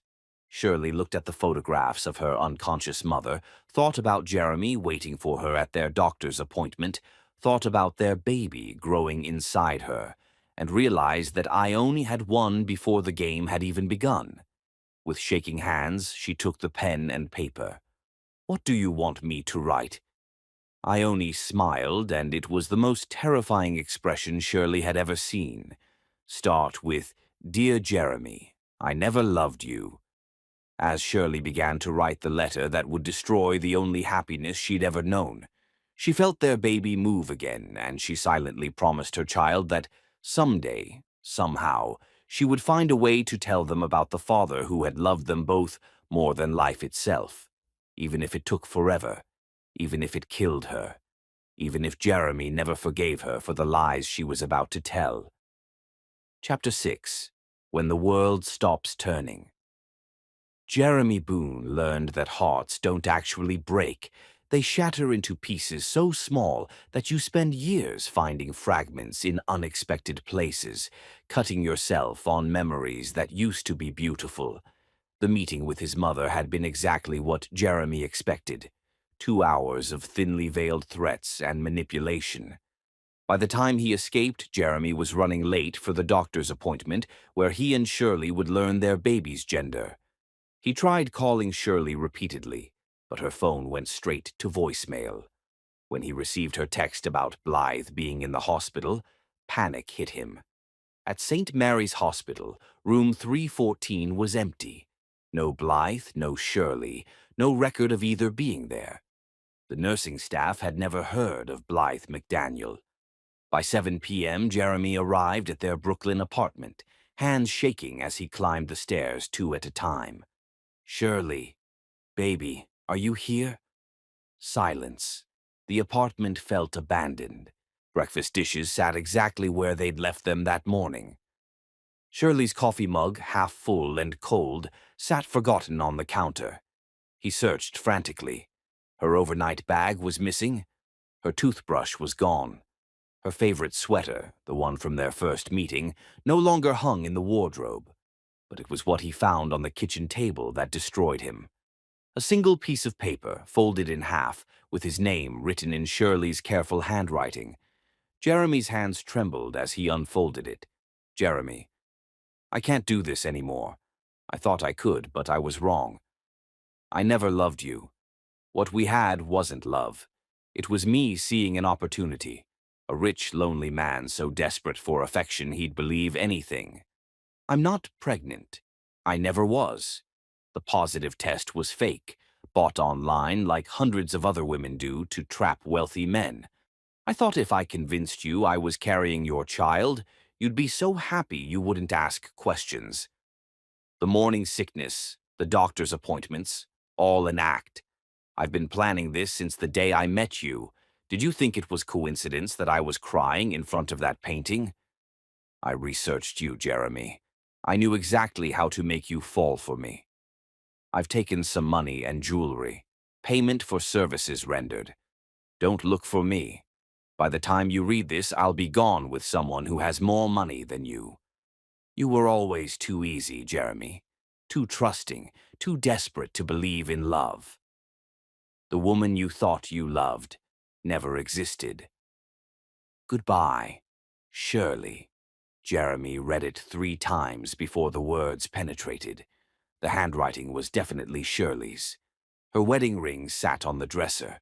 Her grandmother's necklace was missing. He called her phone, number no longer in service. Called Blythe's apartment, same automated response. Jeremy sank onto their bed, still holding the letter. This was the woman who had cried when she felt their baby kick. This was the woman who had made him promise to love their child no matter what. Hours passed. Cruel logic took hold. Shirley had never let him buy her expensive things, had insisted on a secret wedding with minimal witnesses. What if it hadn't been modesty but calculation? When Ione called that evening, Jeremy's voice was hollow. "I'm fine, Mother." "You sound strange." "I said I'm fine." Jeremy hung up, but something in his mother's carefully controlled satisfaction made his stomach turn. The timing was too perfect, but the letter was in Shirley's handwriting, and those cruel words could only come from someone who had never loved him. Jeremy spent the night staring at the letter, trying to understand how he'd gotten everything so wrong. As dawn broke, he finally accepted the devastating truth. Shirley McDaniel had never loved him. Their marriage had been fraud. Their baby had never existed. Jeremy packed his things that morning, leaving behind anything that reminded him of her. He stood in the doorway one last time, making himself a promise. He would never be that vulnerable again. But as he walked away from the apartment where he'd been happier than ever before, Jeremy didn't know that 2,000 miles away, Shirley was giving birth to his twin daughters, screaming his name through labor while believing he thought she'd never loved him. He didn't know that love, real love, was strong enough to survive even the cruelest lies. Someday he would learn the truth. Someday. Chapter 7. Hidden in Plain Sight. 6 years later, in a small town called Millbrook, where nobody knew her real name, Shirley Thompson watched her twin daughters paint pictures of fathers they'd never met, while she died a little more inside each day. The elementary school art room smelled like tempera paint and broken dreams. Shirley stood watching 6-year-old Sloane and Bryony work on their Father's Day projects with focused intensity that reminded her painfully of Jeremy. Sloane painted a businessman in front of a tall building. "This is my daddy," she explained to Mrs. Chen. "He works in a big office and he's very important, but he doesn't know about me yet." Bryony created swirls of blue and gold that captured emotion better than any realistic portrait. "My daddy has sad eyes," she said quietly, "but when he finds us, they'll be happy again." Shirley pressed her hand to her mouth to keep from sobbing. 6 years, and the girls still asked about their father daily. 6 years, and she still woke expecting Jeremy's arms around her. After Ione's thugs released Blythe, drugged but alive, Shirley had taken her mother and disappeared. They'd driven west until they found Millbrook, where Shirley gave birth to the twins in a clinic that smelled like antiseptic and desperation. She'd named them Sloane and Bryony, names she and Jeremy had discussed during those golden weeks when they'd believed in forever. Every night since, she whispered their father's name to them. "Your daddy loves you," she would tell them. "He doesn't know about you yet, but when he finds out, he's going to love you so much." The girls believed her because children believe their mothers about important things. But as years passed, their questions grew more complex. "Why doesn't Daddy call us?" Sloane had asked. "Sometimes grown-ups get separated by things bigger than love," Shirley explained, "but that doesn't make the love less real." Now she worked 3 jobs, teaching art at the elementary school, waitressing at the diner, cleaning offices weekends. They lived in a tiny apartment above the bakery. Blythe helped when lupus allowed, but her condition had worsened over the years. "Mommy, can we get ice cream?" Sloane asked as they walked to their old sedan. "Not today, sweetheart. Maybe this weekend if I get good tips." "I wish we had more money," Bryony said wistfully. Shirley's heart clenched. Her daughters had no idea their father could buy them entire art stores, that they were heirs to a fortune they'd never know existed. At Miller's Art Supply, Dr. Patricia Wells approached, Millbrook's only pediatrician and one of the few people who'd shown genuine interest in Shirley's background. "The girls are so talented," Dr. Wells said. "Bryony's painting at the library art show was extraordinary for a 6-year-old. Shirley felt recognition stab through her. Bryony had painted that from memory, based on Shirley's descriptions of New York, somehow capturing not just the physical reality, but the emotional essence. "She has her father's eye for detail," Shirley said before she could stop herself. Dr. Wells studied her carefully. "The girl's father, he's not in the picture. It's complicated. You clearly didn't grow up in a small town. You have the bearing of someone who's lived in cities. And the girls have a sophistication that suggests interesting genetics." Before Shirley could respond, Sloane ran over. "Mommy, look. This brush is exactly like the one in my dream where Daddy teaches me to paint." Dr. Wells raised an eyebrow. "Interesting dream." That evening, tucking the girls into their shared bed, Shirley studied their faces with new worry. The resemblance to Jeremy was becoming more obvious as they grew. "Mommy," Bryony said sleepily, "I had that dream again. The one where Daddy comes to find us." "What happens in the dream, baby?" "He's crying because he missed us so much. Then he hugs us and never lets go." After they slept, Shirley wrote her annual letter to Jeremy, one she'd never send but couldn't stop writing. "My dearest Jeremy, today our daughters are 6. Sloane wants to be a businesswoman like her daddy. Bryony wants to paint pictures that make people less sad. They both have your intelligence, your kindness. I know you hate me. I know you think everything we shared was a lie. But every morning when I see your eyes in our daughters' faces, I remember what real love feels like. I'm sorry for the letter, for the way I left. For the 6 years you've spent thinking the worst of me. Someday, when it's safe, I'll tell you the truth. Forever yours, Shirley. She folded it with all the others. 6 years of love and longing and apologies that would never be read. Through thin walls, she heard Blythe coughing, the deep, rattling cough getting worse despite medications they couldn't afford. Her mother was dying slowly. Maybe when Blythe was gone, when there was no one left to protect, Shirley would finally find courage to tell Jeremy the truth. Maybe then she would discover whether love really was strong enough to survive lies told in desperation. Outside, New York was only hours away by car, but it might as well have been another planet. Inside, twin daughters who looked exactly like their father slept peacefully, dreaming of the day when love would finally conquer the lies that kept their family apart. Chapter 8. The Weight of Truth. Jeremy Boone had perfected the art of living without living, existing in a world where his heart beat but never truly felt, until the morning he woke up and realized he'd rather die with the truth than spend another day drowning in lies. 6 years of careful numbness came crashing down in his penthouse office on a Tuesday morning that started like every other day in Jeremy's carefully constructed emotional wasteland.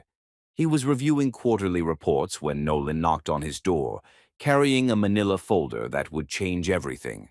"Sir," Nolan said carefully, "I have information you need to see." Jeremy didn't look up from his papers. In the 6 years since Shirley had disappeared, Jeremy had transformed into exactly the kind of man his mother had always wanted. Cold, calculating, focused solely on profit and power. He'd acquired 3 companies, doubled his wealth, and perfected the art of feeling nothing. What kind of information? It's about Shirley. Jeremy's pen stopped moving, but he didn't raise his head. "I've told you never to mention that name." "Sir, I think you need to know what I've discovered." For 6 years, Jeremy had forbidden any mention of the woman who had destroyed him. He'd removed every trace of her from his life, changed his phone number, avoided any place they'd been together. He'd even stopped volunteering at the children's hospital because the art room reminded him too much of her lies. But Nolan's voice carried something Jeremy hadn't heard in years, urgency mixed with what sounded like hope. Jeremy finally looked up.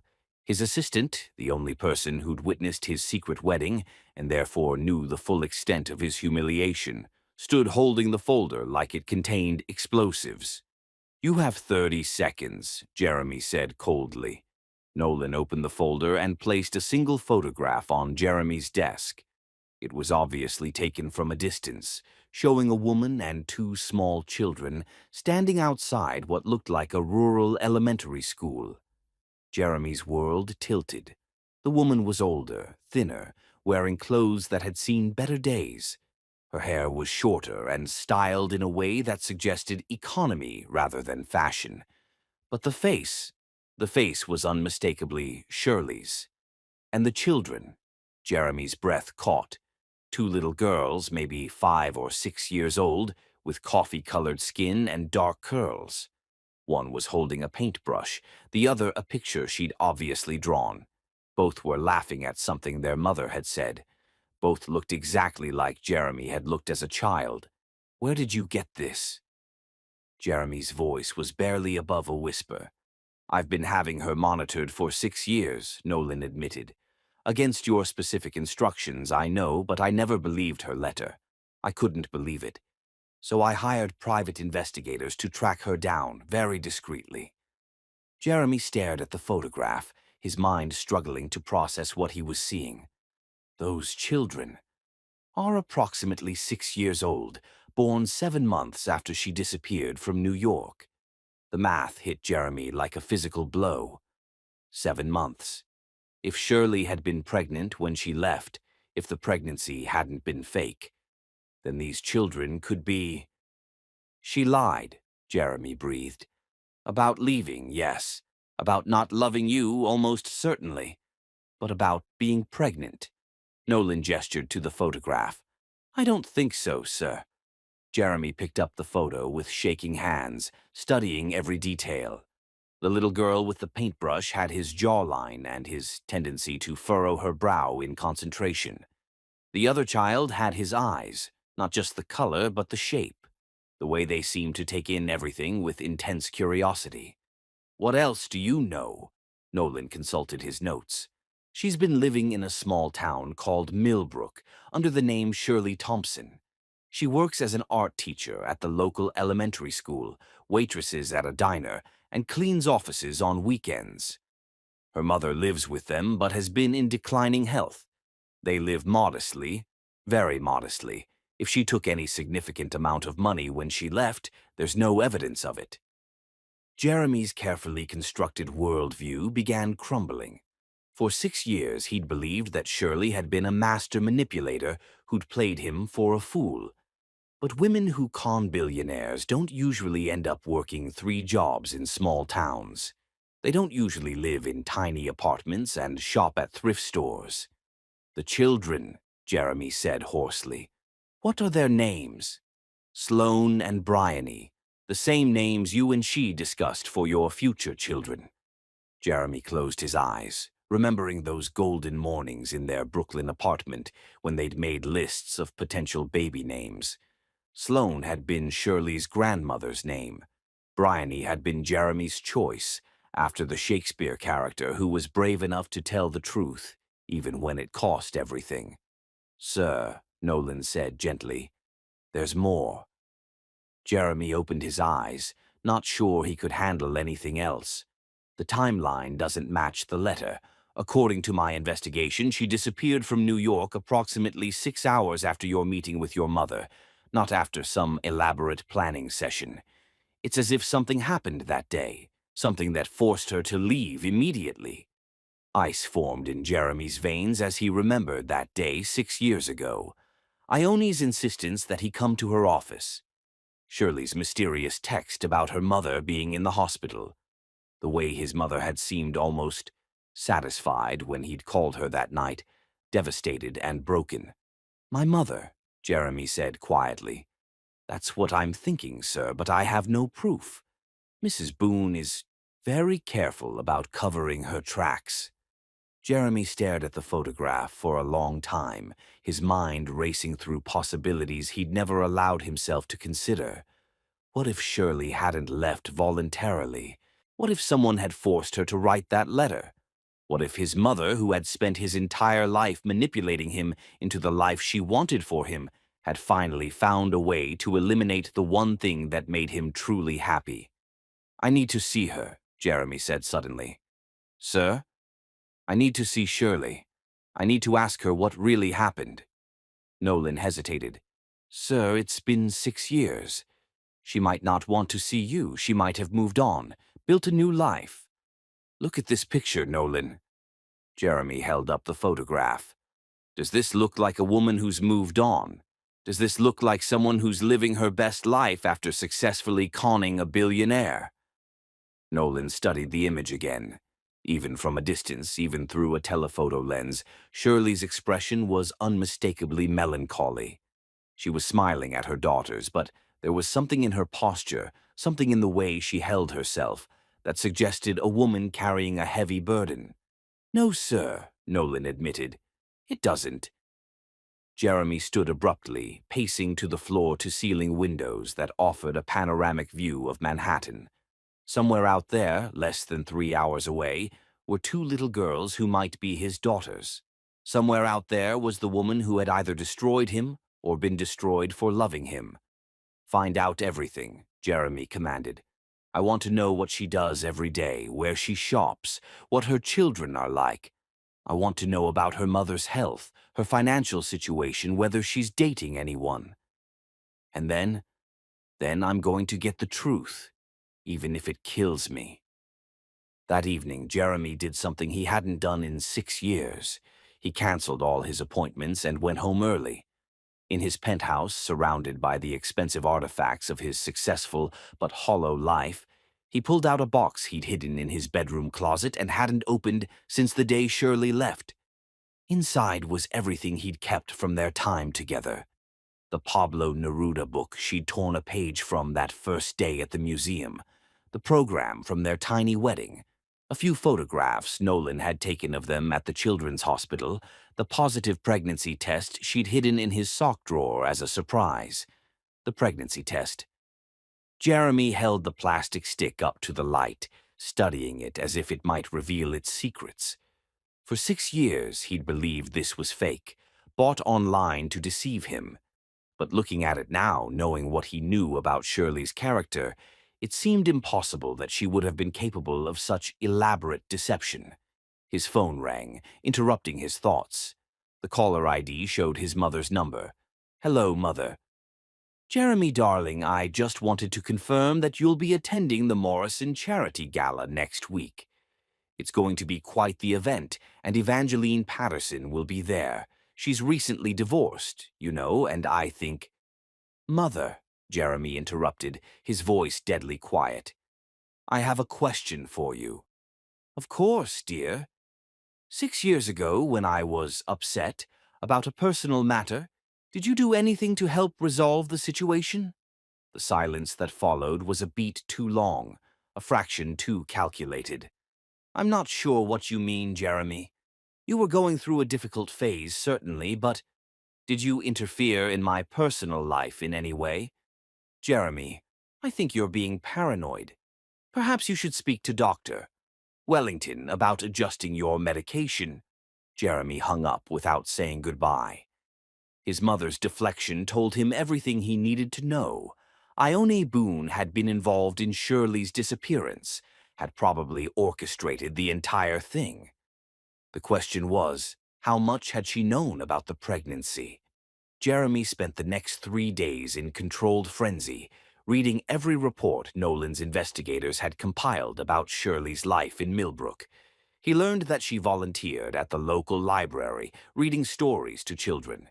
He learned that she'd never missed a parent-teacher conference, despite working 3 jobs. He learned that she'd been saving money for art supplies for her daughters, putting aside $5 here and $10 there from her meager tips. He learned that Sloane wanted to be a business lady when she grew up, and that Bryony painted pictures of the New York skyline despite never having been there. He learned that Shirley had never dated anyone in 6 years, had never been seen with any man other than the elderly doctor who treated her mother's lupus. He learned that she was raising 2 brilliant, beautiful, talented little girls on almost nothing, and doing it with the same grace and strength that had made him fall in love with her in the first place. By Friday afternoon, Jeremy had made his decision. "Cancel all my appointments for next week," he told Nolan, "and prepare the helicopter." "Where are we going, sir?" "To get my family back." For the first time in 6 years, Jeremy Boone felt like he was truly alive. The numbness that had protected him was gone, replaced by a burning need to understand what had really happened and to find out if the love he'd lost was still waiting for him in a small town where nobody knew his name. He had no idea how Shirley would react to seeing him again. He had no idea whether she'd forgive him for believing the lies about her. He had no idea whether his daughters would accept a father who had missed the first 6 years of their lives. But he knew he couldn't spend another day living without the truth. And deep in his heart, in the place that had never stopped loving her despite everything, Jeremy knew that some loves were strong enough to survive any lie, any separation, any amount of time. Now he just had to prove it. Chapter 9. The Night Truth Walks In. Love has perfect timing even when that timing feels 6 years too late. Arriving in ballrooms filled with lies, announced by heartbreak so pure it stops the world from spinning. Jeremy stood at the podium in the grand ballroom of the Plaza Hotel, looking out at 500 of New York's most influential people, and felt more alone than he had ever felt in his life.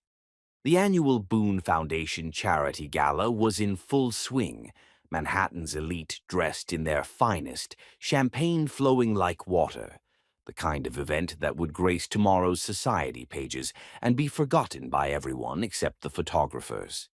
But tonight was different. Tonight, Jeremy had decided to tell the truth. For 6 years, he had attended this gala on the same date, October 15th, Shirley's birthday, and delivered carefully scripted speeches about philanthropy and community service. Tonight, as he stood before the microphone with his prepared remarks abandoned on the podium, Jeremy knew he was about to destroy his carefully constructed reputation, and he no longer cared. Across the ballroom, Ione Boone sat at the head table, resplendent in diamonds and disapproval, her eyes warning Jeremy to stick to the script. Beside her, Evangeline Patterson smiled expectantly, probably anticipating another boring charity speech before Jeremy would inevitably be pushed in her direction for another round of maternal matchmaking. They had no idea what was coming. A murmur went through the crowd. This wasn't the kind of speech Manhattan's elite expected from their most eligible bachelor. 6 years ago, I met a woman who changed my life. She taught me what it meant to feel something real, to want something that couldn't be bought or acquired or negotiated. She taught me that love wasn't a business transaction, but something that demanded everything and promised nothing except the chance to be truly alive. Jeremy's voice grew stronger as he spoke, the words he'd been holding inside for 6 years finally finding their way into the light. Her name was Shirley, and she was the most beautiful woman I'd ever seen. Not because of how she looked, though she was stunning, but because of how she made me see the world. She volunteered with sick children, not for tax deductions or social credit, but because she genuinely cared about healing. She worked 3 jobs to take care of her sick mother. She could look at a painting and see the artist's soul. The murmur in the crowd grew louder. Several people at the head table looked concerned. Ione's face had gone pale beneath her carefully applied makeup. I fell in love with her, Jeremy continued, his voice breaking slightly. Completely, desperately, irrevocably in love. And miracle of miracles, she fell in love with me too. Not with my money or my name or my connections, but with me. Just me. Jeremy paused, looking out at the sea of faces staring back at him with expressions ranging from fascination to horror. He found Edgar Mills in the crowd, his business rival who had spent years trying to find Jeremy's weaknesses. Tonight, Jeremy was handing him the biggest weakness of all. "We got married," Jeremy said quietly, and the ballroom erupted in shocked whispers.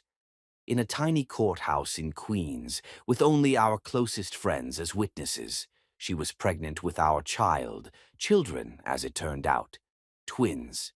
Ione half rose from her chair, her face a mask of fury and panic.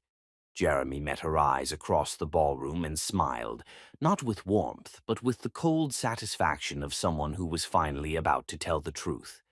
And then one day she was gone. She left a letter saying she'd never loved me, that the pregnancy was fake, that she'd been conning me from the beginning. For 6 years I believed that letter. For 6 years I thought the greatest love of my life had been an elaborate deception. Jeremy's voice grew stronger, more confident. But this week, I discovered something that changed everything. I discovered that my wife didn't disappear voluntarily. I discovered that she was forced to leave by someone who couldn't bear to see me happy with a woman who didn't meet their standards of social acceptability. The ballroom had gone completely silent now. Even the waitstaff had stopped moving, frozen by the raw emotion in Jeremy's voice. I discovered that my wife has been living in poverty for 6 years, working 3 jobs to support the twin daughters I never knew existed. I discovered that she never stopped loving me, never moved on, never forgot what we had together.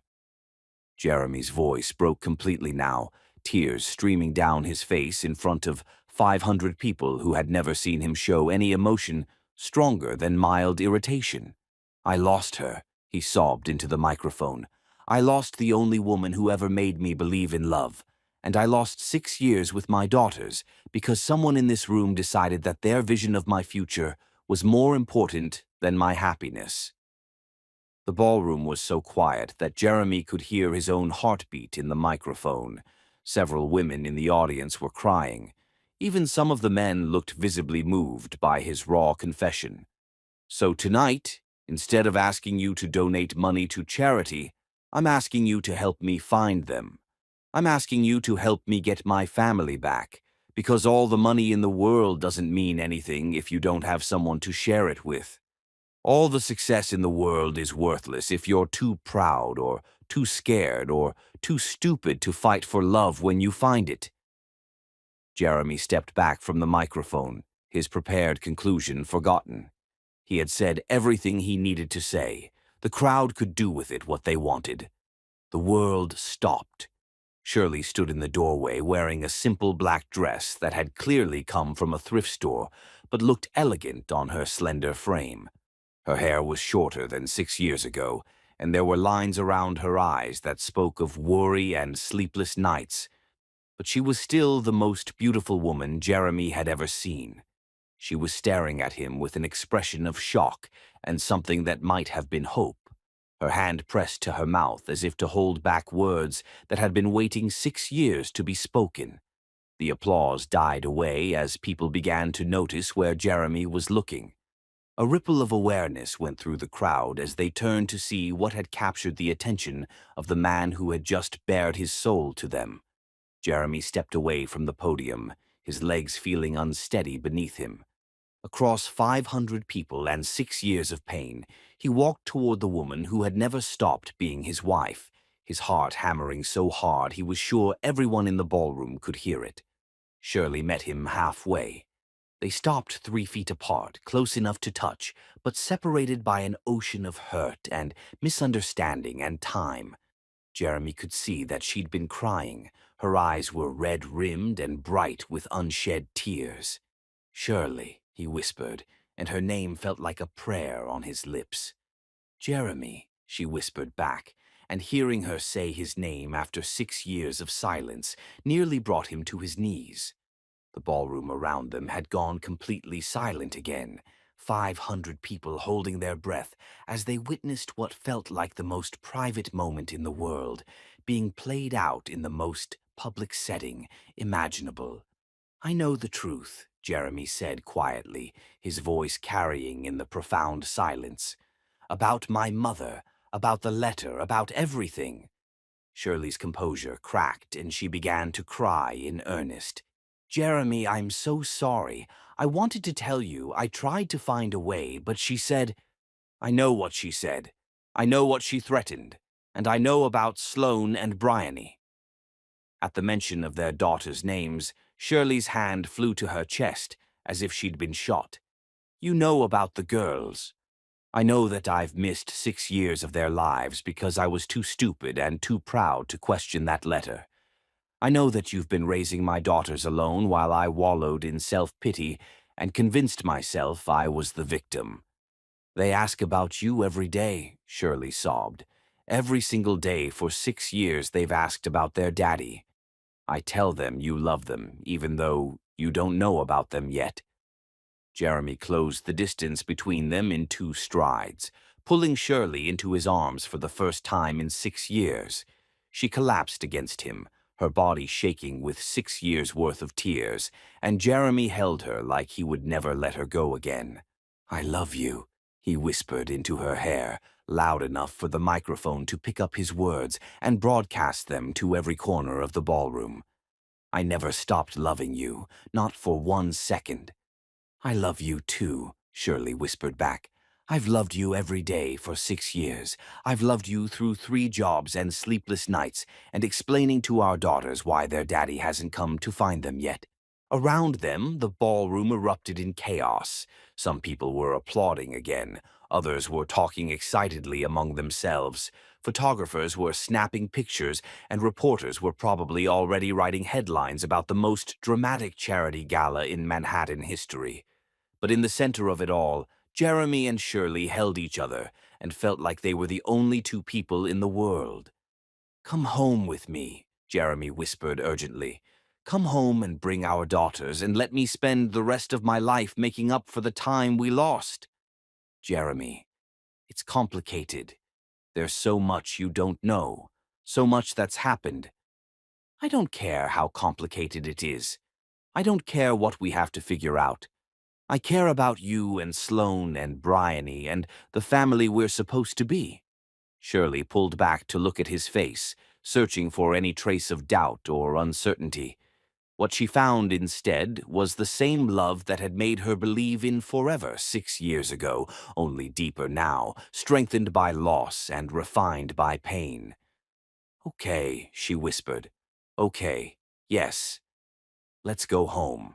Jeremy kissed her then, in front of 500 people and a dozen cameras, kissed her like a man who had been dying of thirst and finally found water.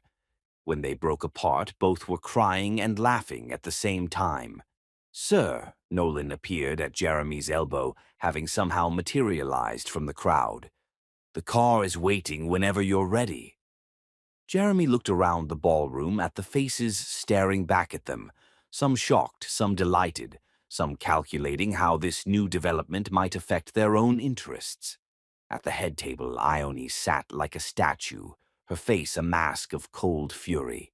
"Ladies and gentlemen," Jeremy called out, his arm still around Shirley's waist. "Thank you for an unforgettable evening. The Boone Foundation will continue its work, but from now on, it will be guided by different principles. Instead of charity that makes us feel better about our excess, we'll focus on justice that actually changes lives." He paused, looking directly at his mother. "And anyone who has a problem with my wife, my children, or my choices can take it up with our lawyers in the morning." Jeremy and Shirley walked out of the ballroom together, leaving behind a room full of people who would be talking about this night for years to come. As they reached the elevator, Shirley stopped and turned to Jeremy.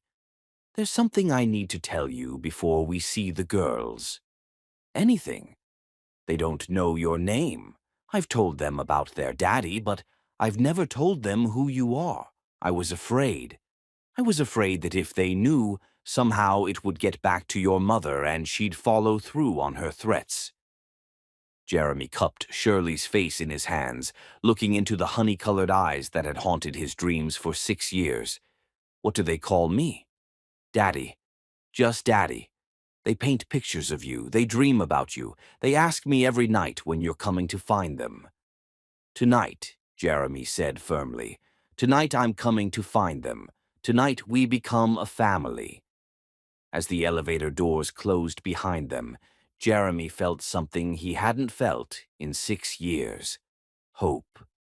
Not the desperate, grasping hope of a man trying to recapture something lost, but the steady, certain hope of a man who finally understood that some loves are strong enough to survive any lie, any separation, any amount of time.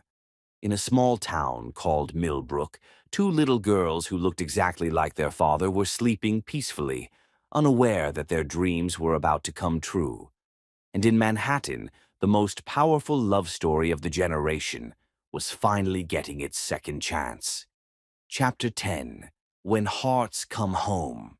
Some endings are actually beginnings in disguise, arriving in the backseat of helicopters at midnight with two sleeping children who are about to meet the father they've painted in their dreams. The helicopter touched down in Millbrook at 11:47 p.m., its rotors cutting through the silence of the small town like thunder announcing the arrival of miracles. Jeremy helped Shirley out of the aircraft, his hand never leaving hers, as if he was afraid she might disappear again if he let go for even a second. "They're at Maxine's house," Shirley said, as they walked toward the waiting car Nolan had arranged. "I called her from the helicopter. She's been watching them tonight while I went to New York." Jeremy stopped walking. "You came to the gala on purpose?" Shirley turned to face him, her face illuminated by the helicopter's landing lights. "My mother died 3 days ago." Jeremy felt his heart break all over again. "Shirley, I'm so sorry." Her last words were about you, Shirley continued, tears streaming down her face. She said I had to tell you the truth, that I couldn't let your mother's evil win, that our daughters deserved to know their father. She made me promise to go to New York and tell you everything. She was a remarkable woman, Jeremy said quietly. I loved her like my own mother. She loved you too. Even after everything that happened, she never stopped believing that you would find us someday. They climbed into the car and Jeremy gave the driver Maxine's address. As they drove through the quiet streets of Millbrook, Shirley told Jeremy everything. How Ione had kidnapped Blythe, how she'd been forced to write the letter, how she'd given birth to their daughters in a clinic that smelled like desperation, how she'd worked 3 jobs for 6 years while never forgetting the man who thought she'd betrayed him. I wrote you letters, she whispered, every year on our anniversary. I wrote you letters telling you about the girls, about how much I still loved you. I never sent them, but I kept them all. I want to read them, Jeremy said. Every single one. And Jeremy, there's something else you need to know before you meet them. What? They're exactly like you. Sloane has your mind for business. She's 6 years old and she's already talking about running companies and making deals. Bryony has your artistic soul. She paints things she's never seen but somehow knows, like the New York skyline, like your office building that she drew from her imagination. Jeremy felt overwhelmed by love for children he'd never met but had been dreaming about since he saw their photograph. What have you told them about me? The truth, that their daddy loves them more than anything in the world, that he doesn't know about them yet because of something that happened before they were born, and that someday he'll come to find them. And they believed you. Children believe their mothers about important things, Shirley said softly, even when the mothers are starting to lose faith themselves. They pulled up outside a small house with a front porch that looked like it belonged in a Norman Rockwell painting. Maxine Durand appeared in the doorway before they'd even gotten out of the car, a woman in her 40s with kind eyes and the protective stance of someone prepared to defend her friend's children from any threat. Shirley, Maxine called softly. Everything okay? Everything's perfect, Shirley called back. Maxine, I'd like you to meet Jeremy, the girl's father. Maxine's eyes widened as she took in Jeremy's appearance, expensive suit, obvious wealth, the kind of presence that commanded attention even in small towns. But what she saw in his face was love and nervousness and hope so pure it was impossible to doubt. The daddy they've been painting pictures of for 6 years, Maxine asked. The very same, Jeremy said, his voice shaking slightly. Well then, Maxine smiled, you better come in and meet your daughters. They followed Maxine into the living room, where 2 small figures were curled up on the couch under a blanket, fast asleep. Jeremy's knees went weak as he saw them in person for the first time. They were even more beautiful than in the photographs, even more obviously his children than he'd imagined possible. Sloane was sleeping with a business magazine open on her chest. Apparently, she'd fallen asleep reading about quarterly earnings. Bryony was clutching a paintbrush like other children might hold stuffed animals, paint still under her fingernails from whatever masterpiece she'd been working on. Oh my God, Jeremy whispered, sinking into a chair across from them. They're perfect. They're yours, Shirley said softly, in every way that matters. Jeremy stared at his daughters, memorizing every detail of their faces, trying to absorb 6 years of love in a single moment. He wanted to wake them up immediately, wanted to hold them and tell them he was sorry for missing so much of their lives. But they looked so peaceful, so safe and content, that he couldn't bear to disturb them. What do I say to them? He asked Shirley. You say hello. You tell them you love them. You let them ask you a million questions, and you answer every single one. You let them show you their artwork and their favorite books, and the business plans Sloane has been making since she was 4 years old. Business plans? Maxine laughed softly. Last week, she presented me with a detailed proposal for improving the efficiency of my coffee shop. She's 6, and she was right about everything. Jeremy felt pride swell in his chest. And Bryony paints things that make grown adults cry, Shirley said. She has a picture she did last month of a man in a suit standing in front of tall buildings, and somehow she captured loneliness so perfectly that I had to leave the room when I saw it. She painted me.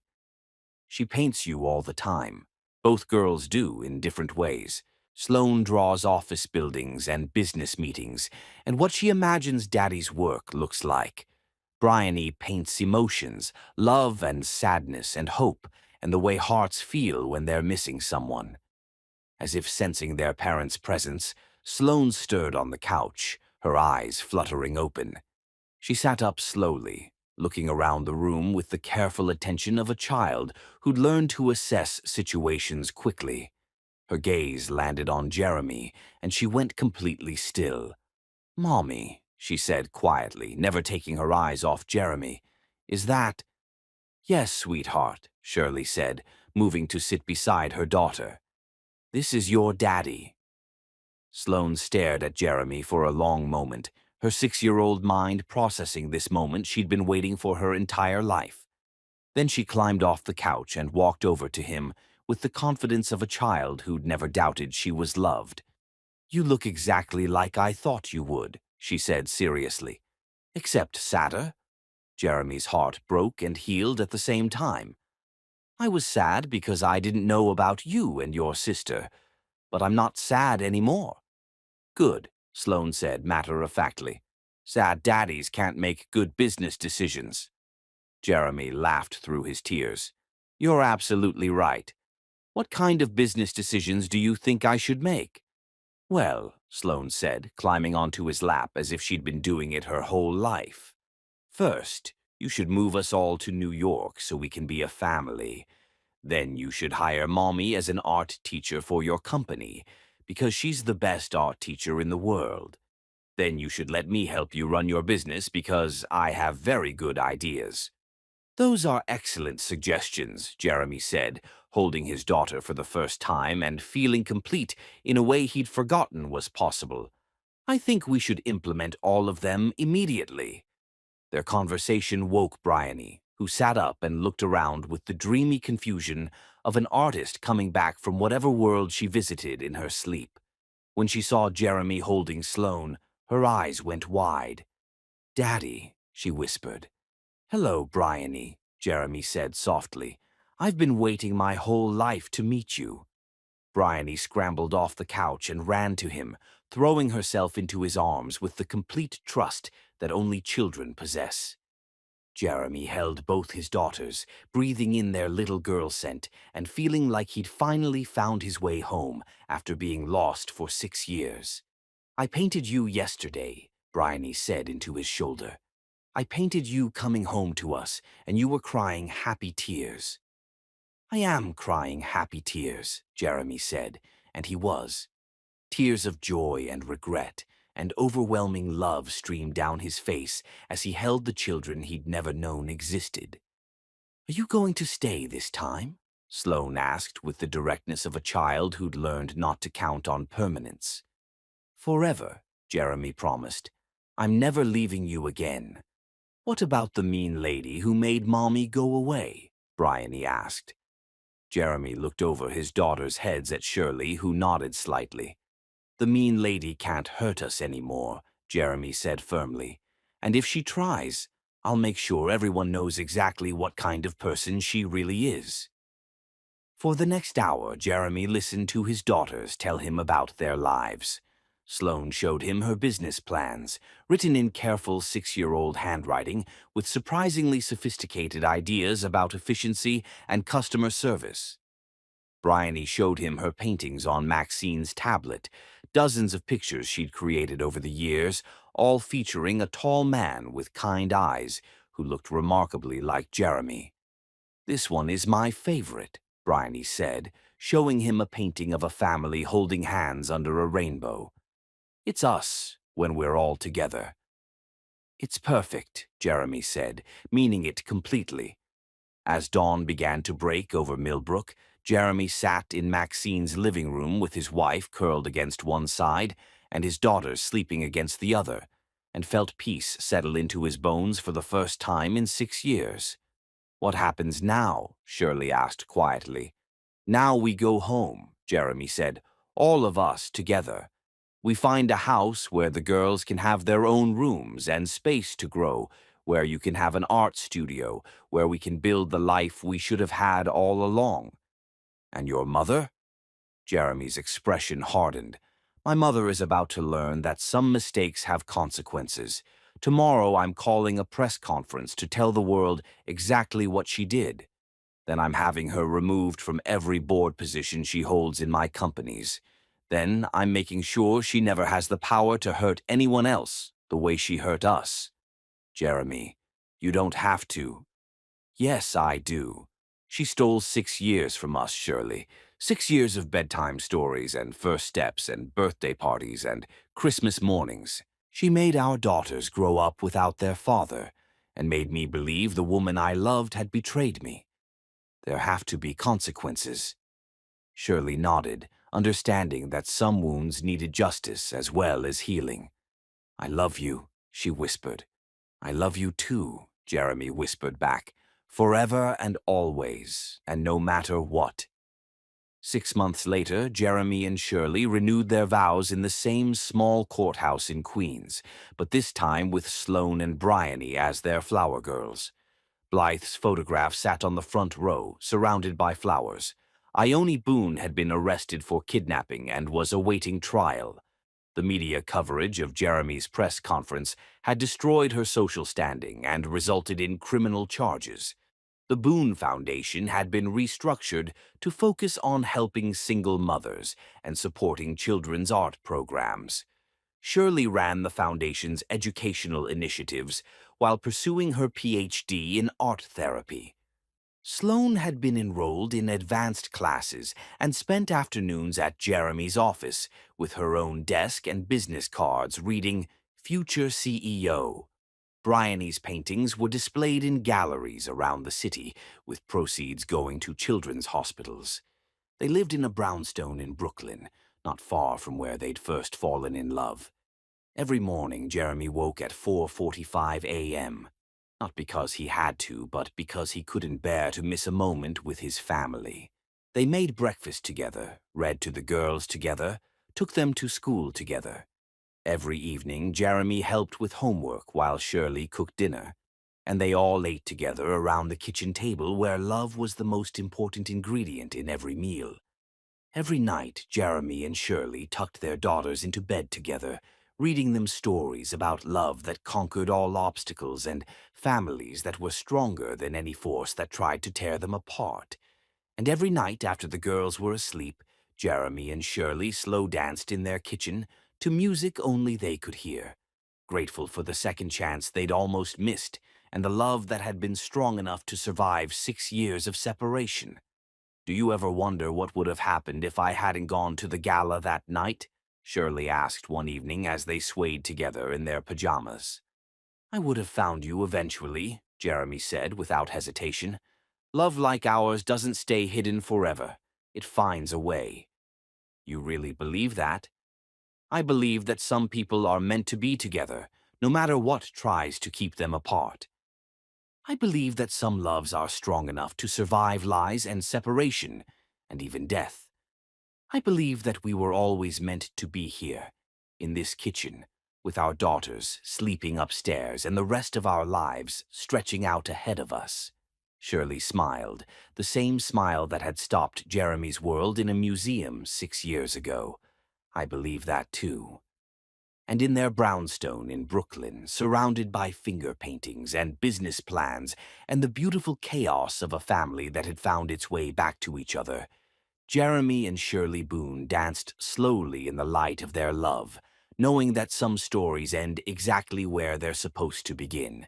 Forever. Always. Home. The end.